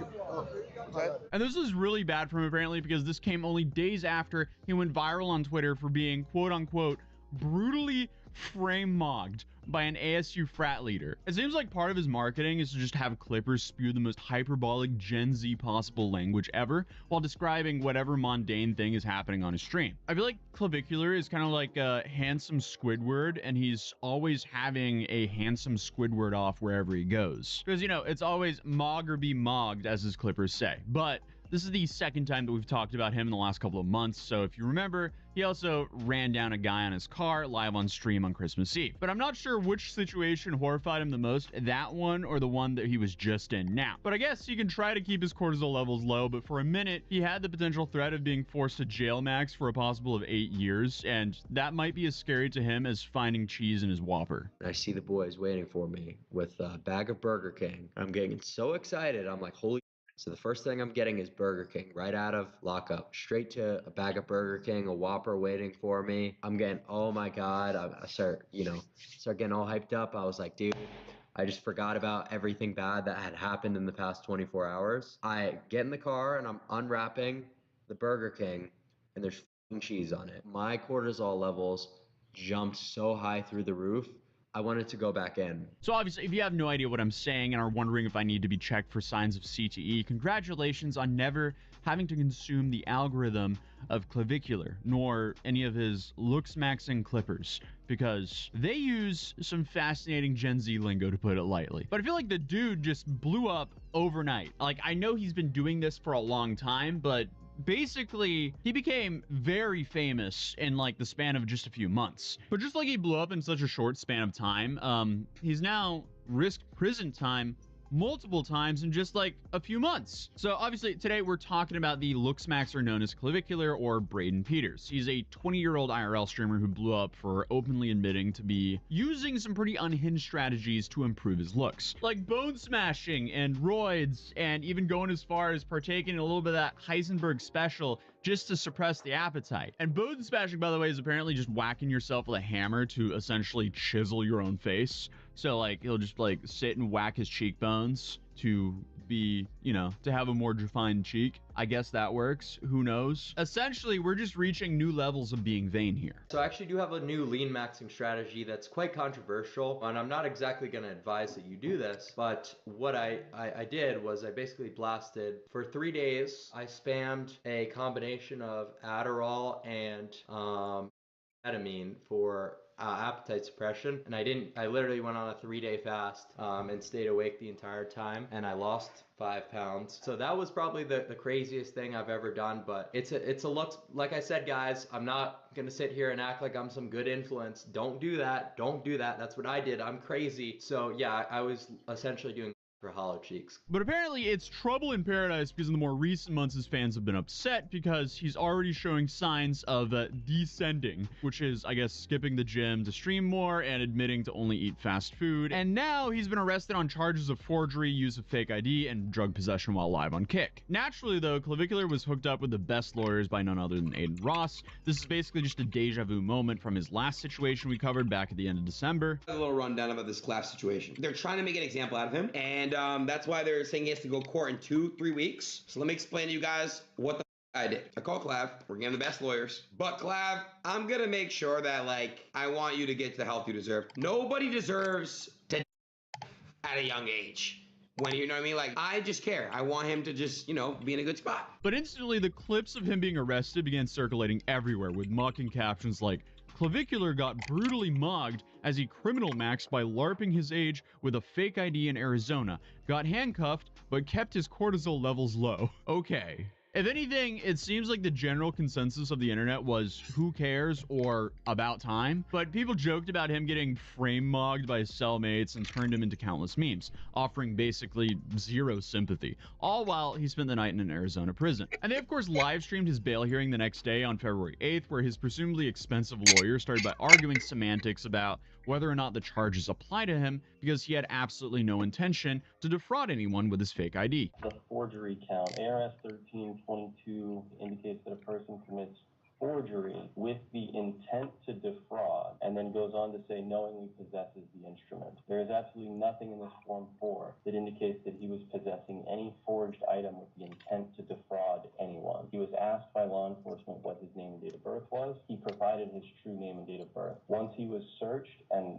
information was taken from his person, that is where that fake ID was located, according to the Form 4. And the lawyer also claimed that the staff allowed him in on some basis that he was a promoter, and that was somehow on the establishment, I guess for convincing him that he was legally allowed to be there by allowing him in. As it relates to the next count of entering into a licensed facility using a fake ID, there is nothing in the Form 4 here that indicates that that is true at all. What is indicated in the Form 4 is that law enforcement spoke with the staff of that establishment, and they believed that he was there as a promoter, and the employees who provided information to law enforcement never said anything about him using a false ID to gain access to that establishment.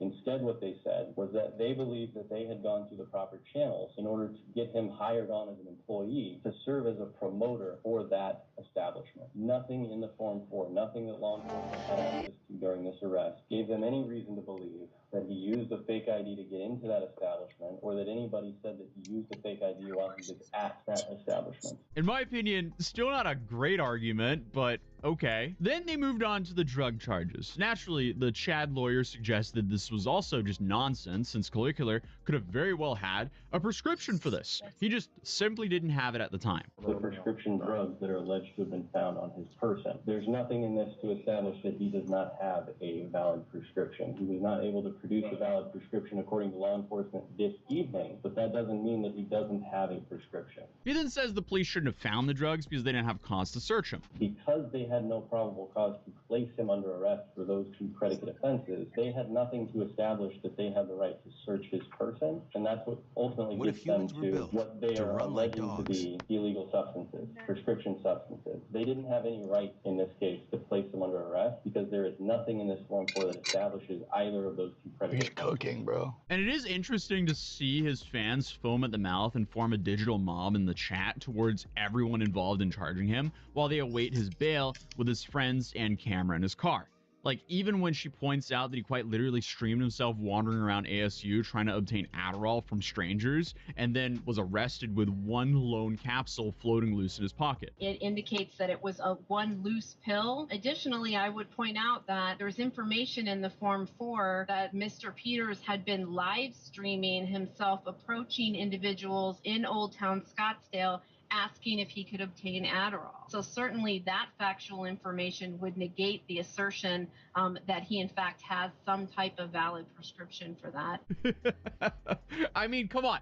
You're a moron if you're live streaming yourself asking random people on the street for pills. Now, do I think that you should go to jail for having a single capsule in your pocket? No. That's a complete waste of taxpayer money. But still, live streaming yourself asking people for those capsules? What are you thinking? Why do people live stream themselves committing felonies every day at this point? But by the end of the bail hearing, the charges still stand based on the fact the judge thinks there's probable cause for all of them. I do find probable cause as to all three of these allegations. Then the state argues for a $25,000 bail based on him being a flight risk for having no ties to Arizona and having a general disregard for morals or consequences. The state is asking for a $25,000 secured appearance bond. Our understanding is that Mr. Peters resides in the state of Florida, that he has no known ties to Arizona. The state is particularly concerned, one, that he represents a flight risk given that he doesn't have any ties to the state of Arizona. Additionally, our understanding is that he does have a significant source of income that he could use to assist him to flee. Additionally, we are concerned really just in general of whether he'll comply with any kind of release conditions given his behavior. As I indicated earlier in my previous argument, he was live streaming himself going up to individuals asking for an illegal substance. But he still ultimately was released on his own recognizance, meaning that he won't have to pay the proposed $25,000. Counselor, I'll trust that you will have a conversation with your client about the need to be very careful about, the content of what he posts to social media, and given that, the court is going to release Mr. Peters on his own recognizance. But of course, there is a list of terms and conditions that come with this merciful gesture. So he's going going to be released on his own recognizance. He's going to be released here in a couple of hours. They're going to start processing him out. Okay. So released to his own recognizance means he has no release conditions. There's no restrictions on really anything. The primary restrictions are going to be he can't return to the scene of the offense. Okay? He cannot have any contact with any witnesses or the alleged complainant. He can't possess any weapons, any drugs without a valid prescription, not to possess or consume alcohol, can't drive a vehicle without a driver's license. So he can't return to the scene of the offense or contact the victims or witnesses. He can't possess any weapons or drugs without proper prescription. And obviously, he can't possess or consume alcohol since he's only 20. And to be honest, it sort of sounds like he's describing one of Clav's normal streams: drinking, gambling, going to bars, using fake IDs, and soliciting Adderall from strangers. I feel like that's just a regular night for him on stream. The dude is essentially just a Love Island contestant who live streams his life. This is the newest form of reality TV. But in the moment, it seemed like the nightly streams were going to become a whole lot more boring, and in Arizona for the foreseeable future. He also cannot leave the state of Arizona. That's the big one. If he leaves the state of Arizona, he is going to catch more charges, and he is going to be revoked on release. Okay? He needs to come in and see us first thing Monday. Okay? Okay. First thing Monday, we'll get him squared away on next steps. And this is because at the time, he wasn't allowed to leave the state until his hearings at the end of February. And even then, he wasn't totally sure when he would be able to leave Arizona, with some sources saying that he could be looking at as many as 8 years for this, which would be absolutely crazy for a single capsule. But those also are just numbers. There's no way he would actually get. Don't be fucking annoying.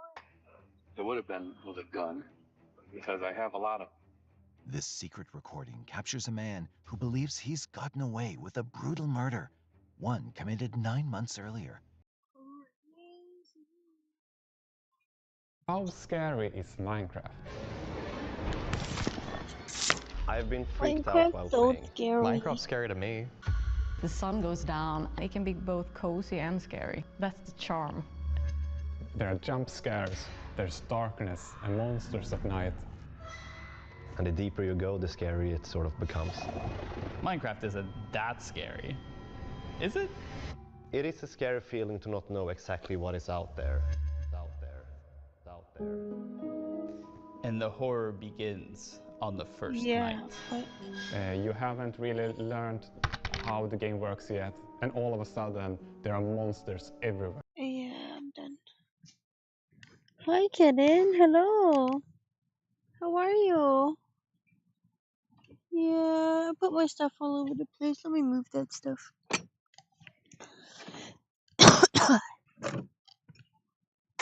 What do you say, kitten? What are you saying? He's a cute little guy.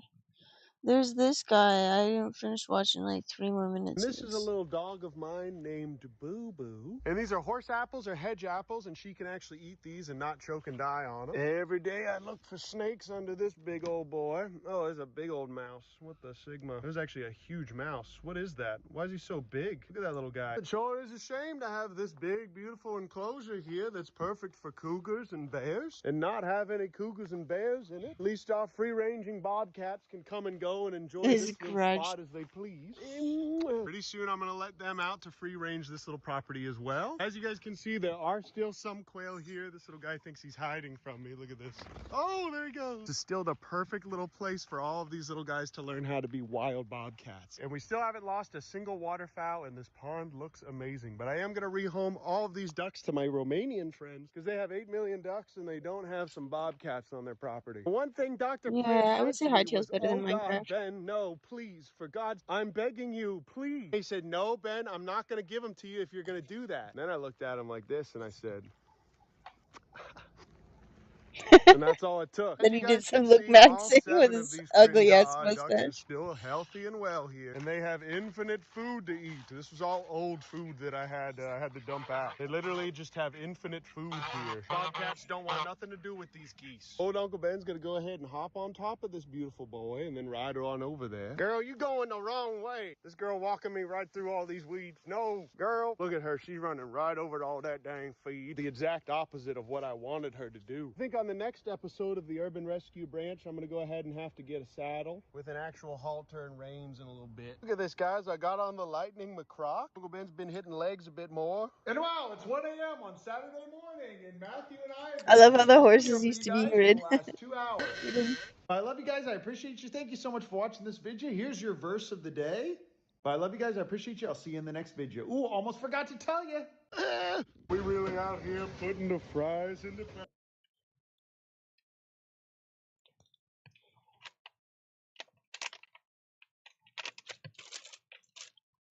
What are these kitties running all over the place for? This is body camera. Pay attention to what you're seeing right now.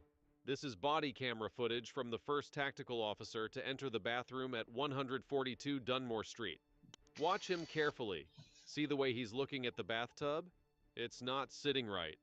Look at the edge, the way it's lifted, the way it's tilted, like someone pried it up and didn't push it all the way back down. Now watch what happens next. He reaches down, grabs the edge of the tub, and pulls. The whole thing swings open like a door, and underneath it, concrete stairs going down into pure darkness. He clicks on his flashlight, points it downward, and in about 3 seconds, you're going to see why this man's hands start shaking. What's down those stairs is something no one in that department had ever seen before.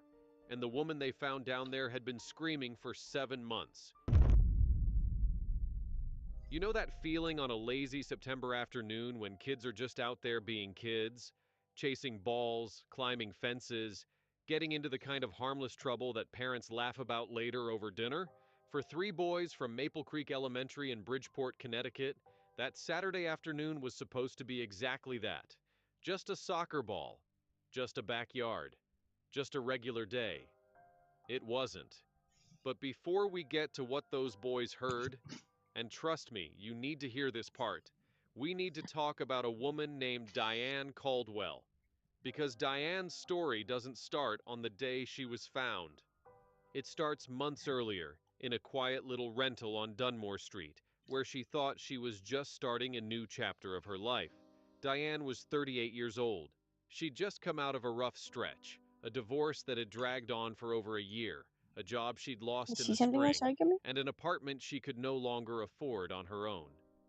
By the summer of 2017, she was looking for something cheap, something simple, something that would let her get back on her feet without too much fuss.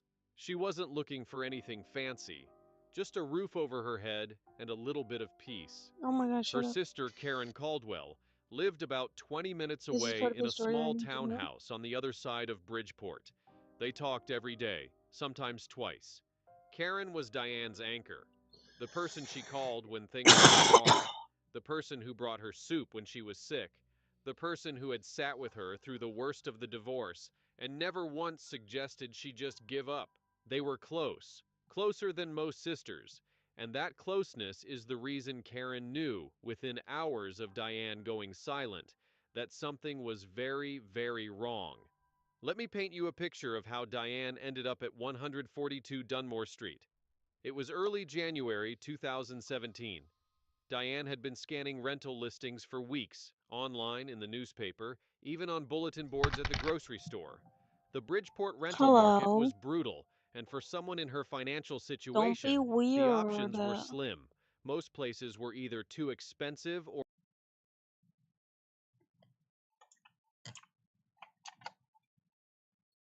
Shh.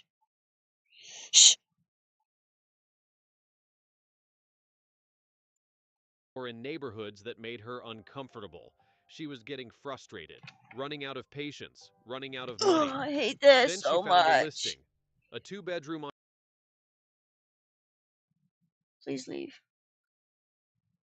Get off my screen.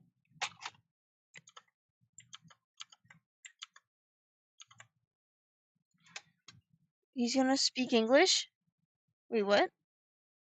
You all know this guy. I have 24 hours to turn Mr. Beast into a chocolate master. The and guy it's not was gonna be easy.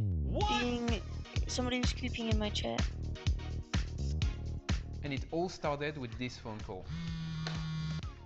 Hey Amari, He's like, it's "You're Jimmy. hot." Hey, what up, Jimmy? I want to surprise my fiance Tia on Valentine's Day with a massive Feastables Valentine's Day chocolate heart. And when I was thinking of who could help pull this off, obviously you came to mind because you're the most creative pastry chef in the world. Can we please make it happen? Mr. Beast, why does your face look so spray tan? About that. So I'll be in Vegas in 24 hours. Can we potentially turn it around really quick and surprise my fiance then, please? 24 hours? No, that's Awesome, just... I'm on my way. Wait, what's a Feastable heart? Okay, that's cool. I think I can turn this into a giant heart. Alright, we have a lot of work to do and He's not a like, lot "That's of time. cool. 24 I hours? think I can Let's do go. this." I'm gonna start with a heart-shaped base. Then, add multiple supports all the way around. This is when it gets tricky. I'm gonna have to Why stack did they make 3 this guy levels of speak lamination English? that He's each French. curves in progressively. Then, I will build the inside wall and cover the edge. And finally, I will add the lid that I will build with Jimmy. We have to do a little math before we can scale up our Feastable heart. This project involves extensive measuring and problem solving. So I grab my ruler and start cutting. We're gonna start with the foundation because a heart that size requires a very strong frame. The foundations are built, now let's move on to the first level. There is 3 different walls that create that perfect heart geometric shape. Let's get to the next level. We're going to click our panel into place here. Just a few more to complete the side of the heart. We just got done with the side of the heart. I'm gonna warm up the edge so I can seal the gap. Alright, the walls are up, the edges are warm. I can now place the chocolate trim on top to seal up the holes. Nice, now it's closed. I know I want to show a lot of love to his fiancée, so I hope this is big enough for Jimmy. I'm applying more chocolate to the rim and smoothing everything out. The heart is now ready to spray. Let's go in the spray booth. For the spray, I'm gonna start with a base coat of white to make sure that the red is really vibrant. Then we're gonna apply our beautiful intense red. Now that I'm done with my red coat, I'm gonna go around every edge to make sure the look is super crisp. Red.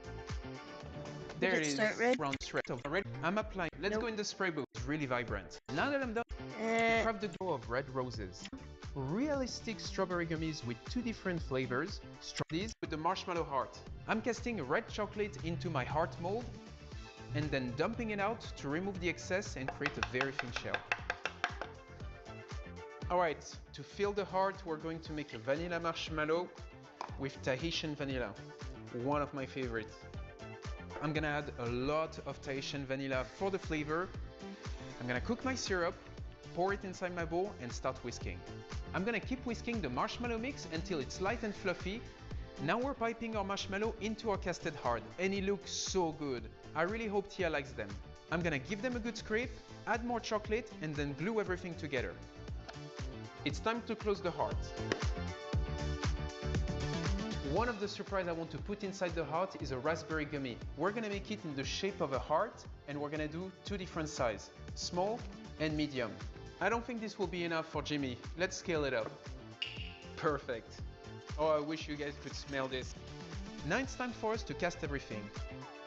We're gonna make some small hearts, some big ones, and even strawberries. Then we're gonna pipe our lemon foam on top of the strawberries and some of our larger hearts. Then we're gonna let everything set. Now that the hearts are set, we can toss them into sugar and citric acid. It's gonna coat them, add a little bit of texture and make them look extra crisp. Yeah, they came out great. And I'm just gonna toss them in sugar. The strawberries are set, let's unmold them. Lastly, the little heart. Let's pop them out, blowtorch them, and give them a good shine. Look at that. Alright, we're running out of time. Now that the bonbons are done, we can place it in the heart. But first, let's put the roses. Once the roses are in, we can place our heart-shaped gummies, strawberries, and our marshmallow heart. Wow, the heart is looking beautiful, and I think we have just enough time to craft a mallet extra special for Jimmy. I was thinking of doing a simple mallet, but I think I can take this to the next level by creating a double-sided hammer using the Panther's head, Jimmy's logo, and customizing it with some hearts. Let's go. Let's start with the head. First, I need some milk chocolate paste. So we'll start with the paste and do the bottom jaw. We have the bottom jaw.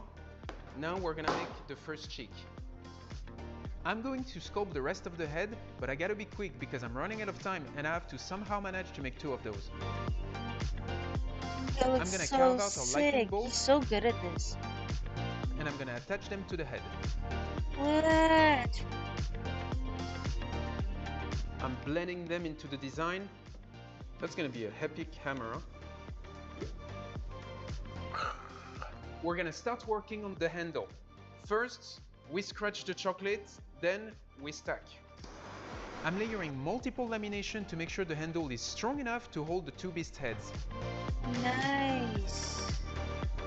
Cool. Now right now it's a bit bulky, so I'm gonna trim the edge to make sure she can hold it in her hand to be able to break the heart. Let's clean up. Alright, much better. I'm gonna attach a solid piece of chocolate on the handle. I'm gonna make sure everything is connected right and smooth it one last time before I can attach the heads. Let's glue them to the handle. That gummy guy over there. That gummy guy wants trees. I'm gonna push until the bolts are touching. I have to make sure it's straight.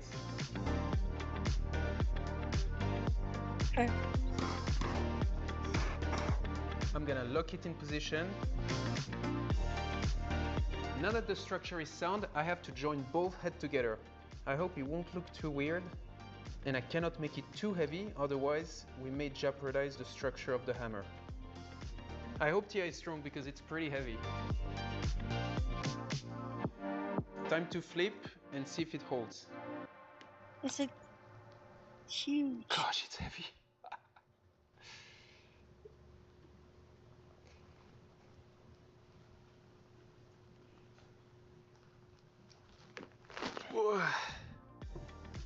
Okay, it's looking very cool, but it's very heavy. Alright, to finish the handle, I'm going to put geometric hearts that bring back a little bit of Valentine's Day spirit and resemble the surprise. Now we have a full heart. Alright, time to spray. I'll start with the blue.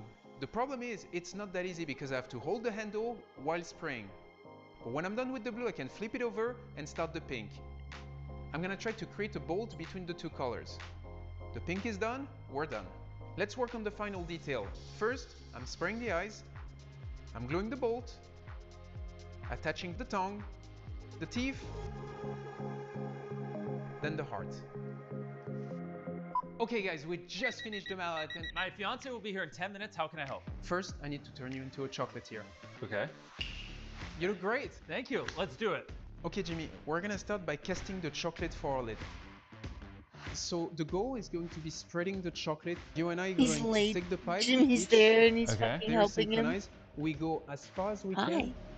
And we're gonna use the side of our hands to Gummy keep the chocolate in as we're spreading. Oh gosh. Okay. Don't worry Jimmy, you're doing great. We're gonna let it set, then use a paper heart to cut out our chocolate one.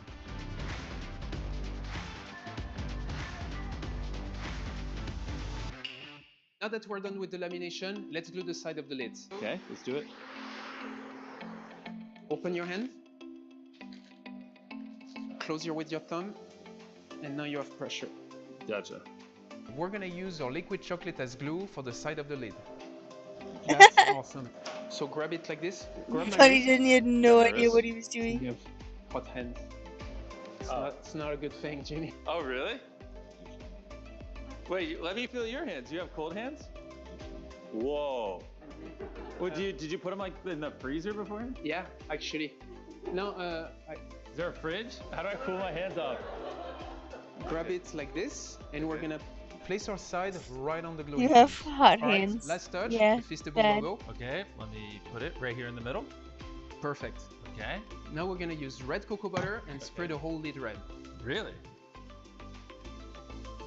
The spraying is messy, so you get to do it, Jimmy. Enjoy. Let's do it. Okay. So you want me to just like spray right here? Yeah, Okay, like that. great start, but let's speed this up. Perfect. Now we're gonna add some glitter to make the F pop. Nice. Look at that shine. Et voila, the lid is finished. All right, I prepped the base for you since we didn't have much time, so let's get it. Okay, go on to get the base. You cannot drop it, Jimmy. Okay, I won't. Promise? No. I would rather... 1, 2... You cannot drop it, Jimmy. You're worried about me, I'm worried about you. Okay. He's good. He can carry the hammer. Let's go. I'm going! Okay, my fiance is gonna be here soon. Alright, let's slide it. Oh god, okay. Now we just slide.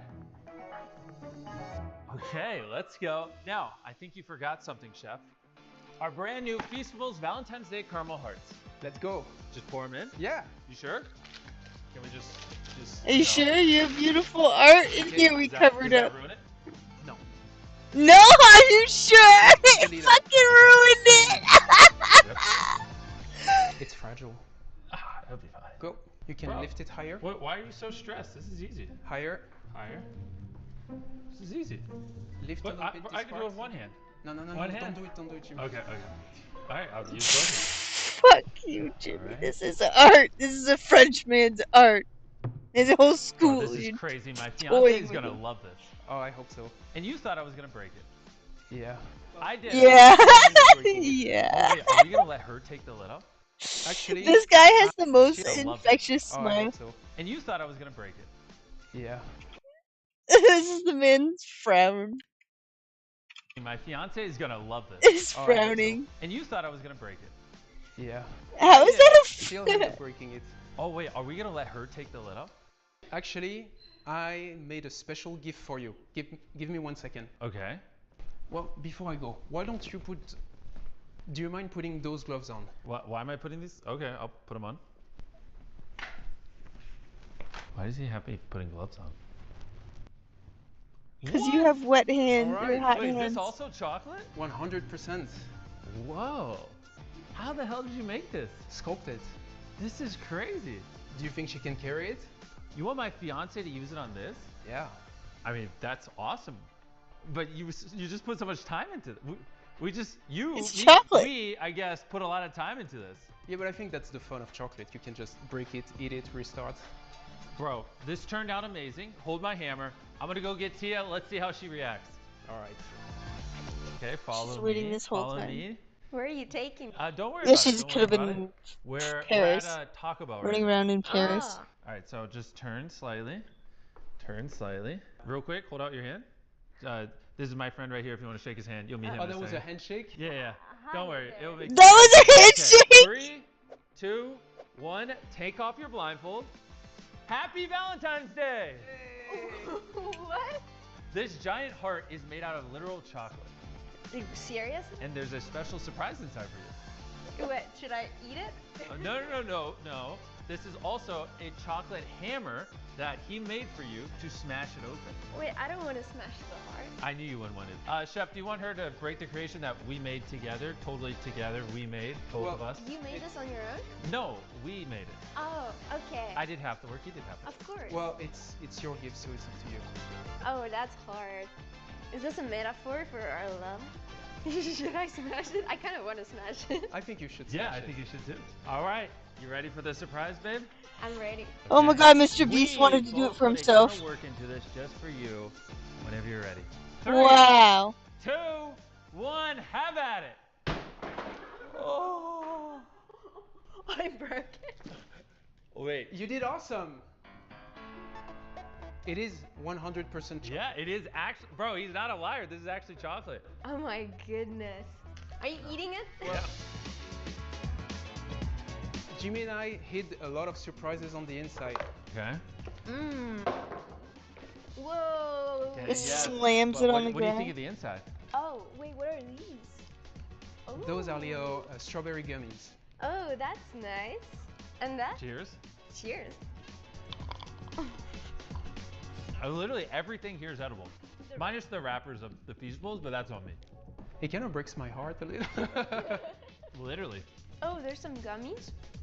Oh, this looks The nice. Feastables definitely break this man's heart. There's some gummies. Is he eating? Literally everything here is edible. Cheers. Leo. But what? Okay. I think it's There's shit on his Is that- face. Sorry.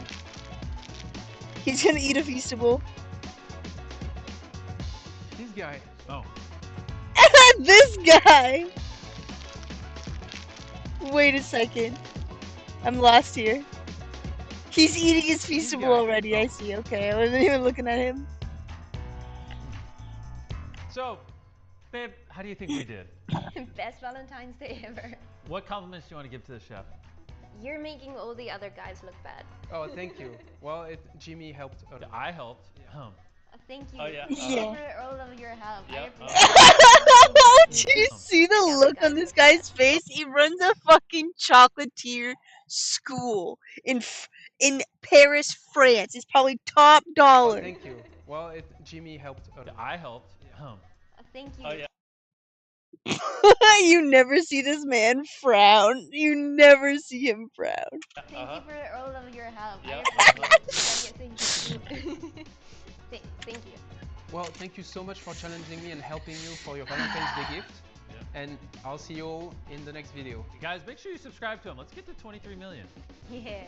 I really want to take it home. All right, let's take it then, I guess. Yeah. TSA is this way. All right. All right. All right, see you guys later. Bye.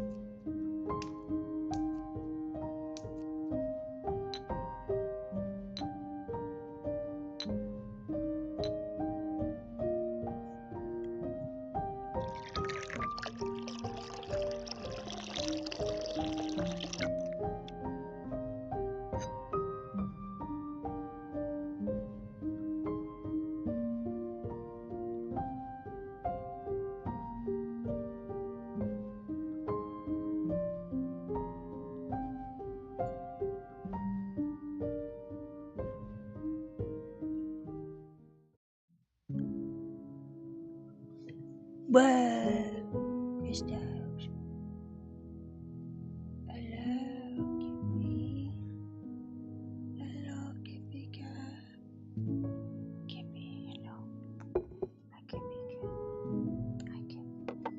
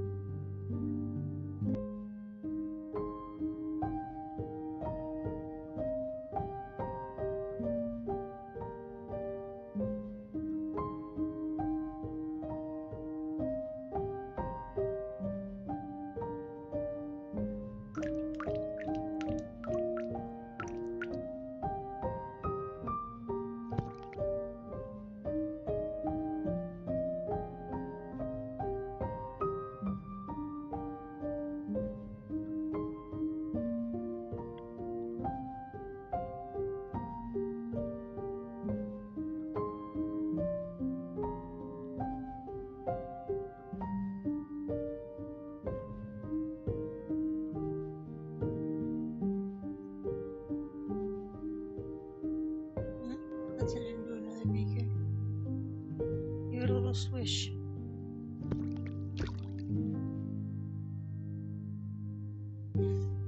We growing this sucker bigger? It's gonna hit the side of the container. 1 more month. That this shit is so huge.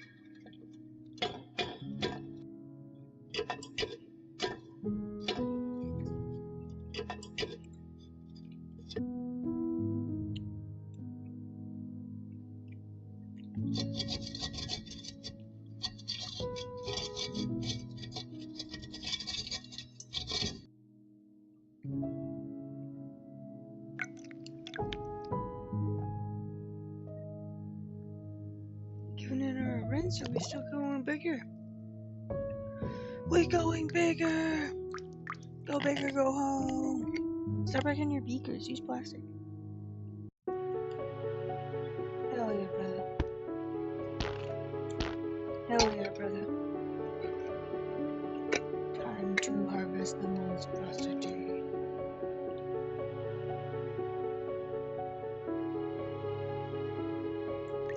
Oh yeah, oh yeah, oh yeah, oh yeah.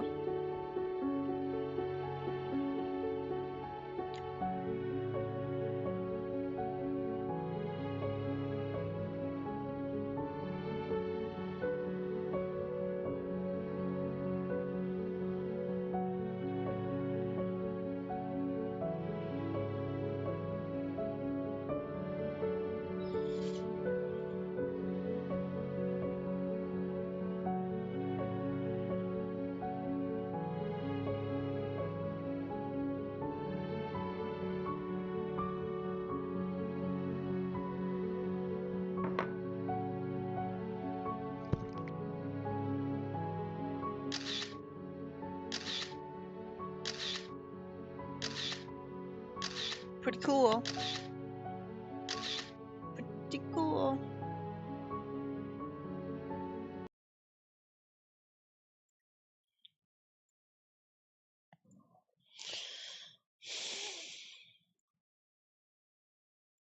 A crime so extreme, it leaves behind a body bearing 178 stab wounds. Then why did you stop? When you realized, oh, this isn't going the way I thought it would. Because I said, well, it's too late now. I'm gonna go to jail anyway. Better just get it done.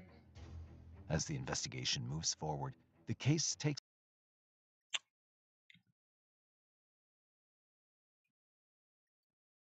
Oh my gosh, a warrior cat's map. Well, let's see this. Your discretion advised. These kittens took my blanket.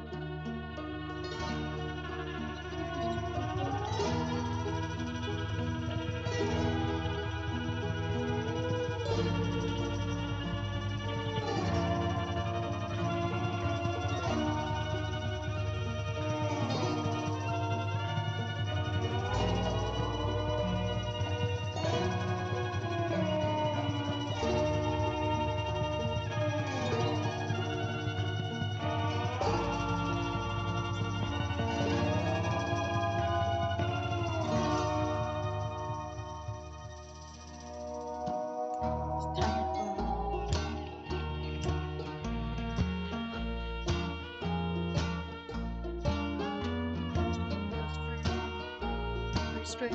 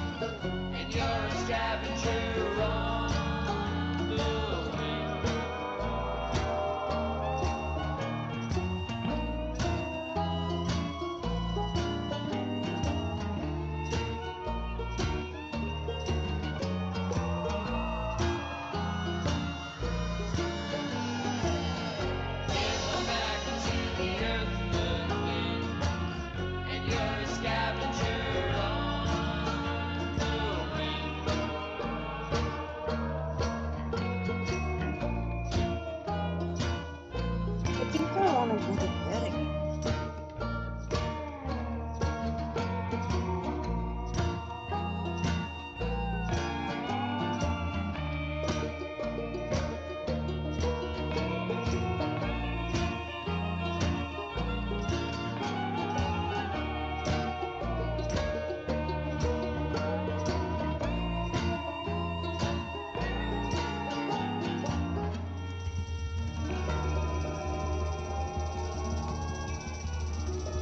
And pay attention to the whole map. Anyways, good night, guys.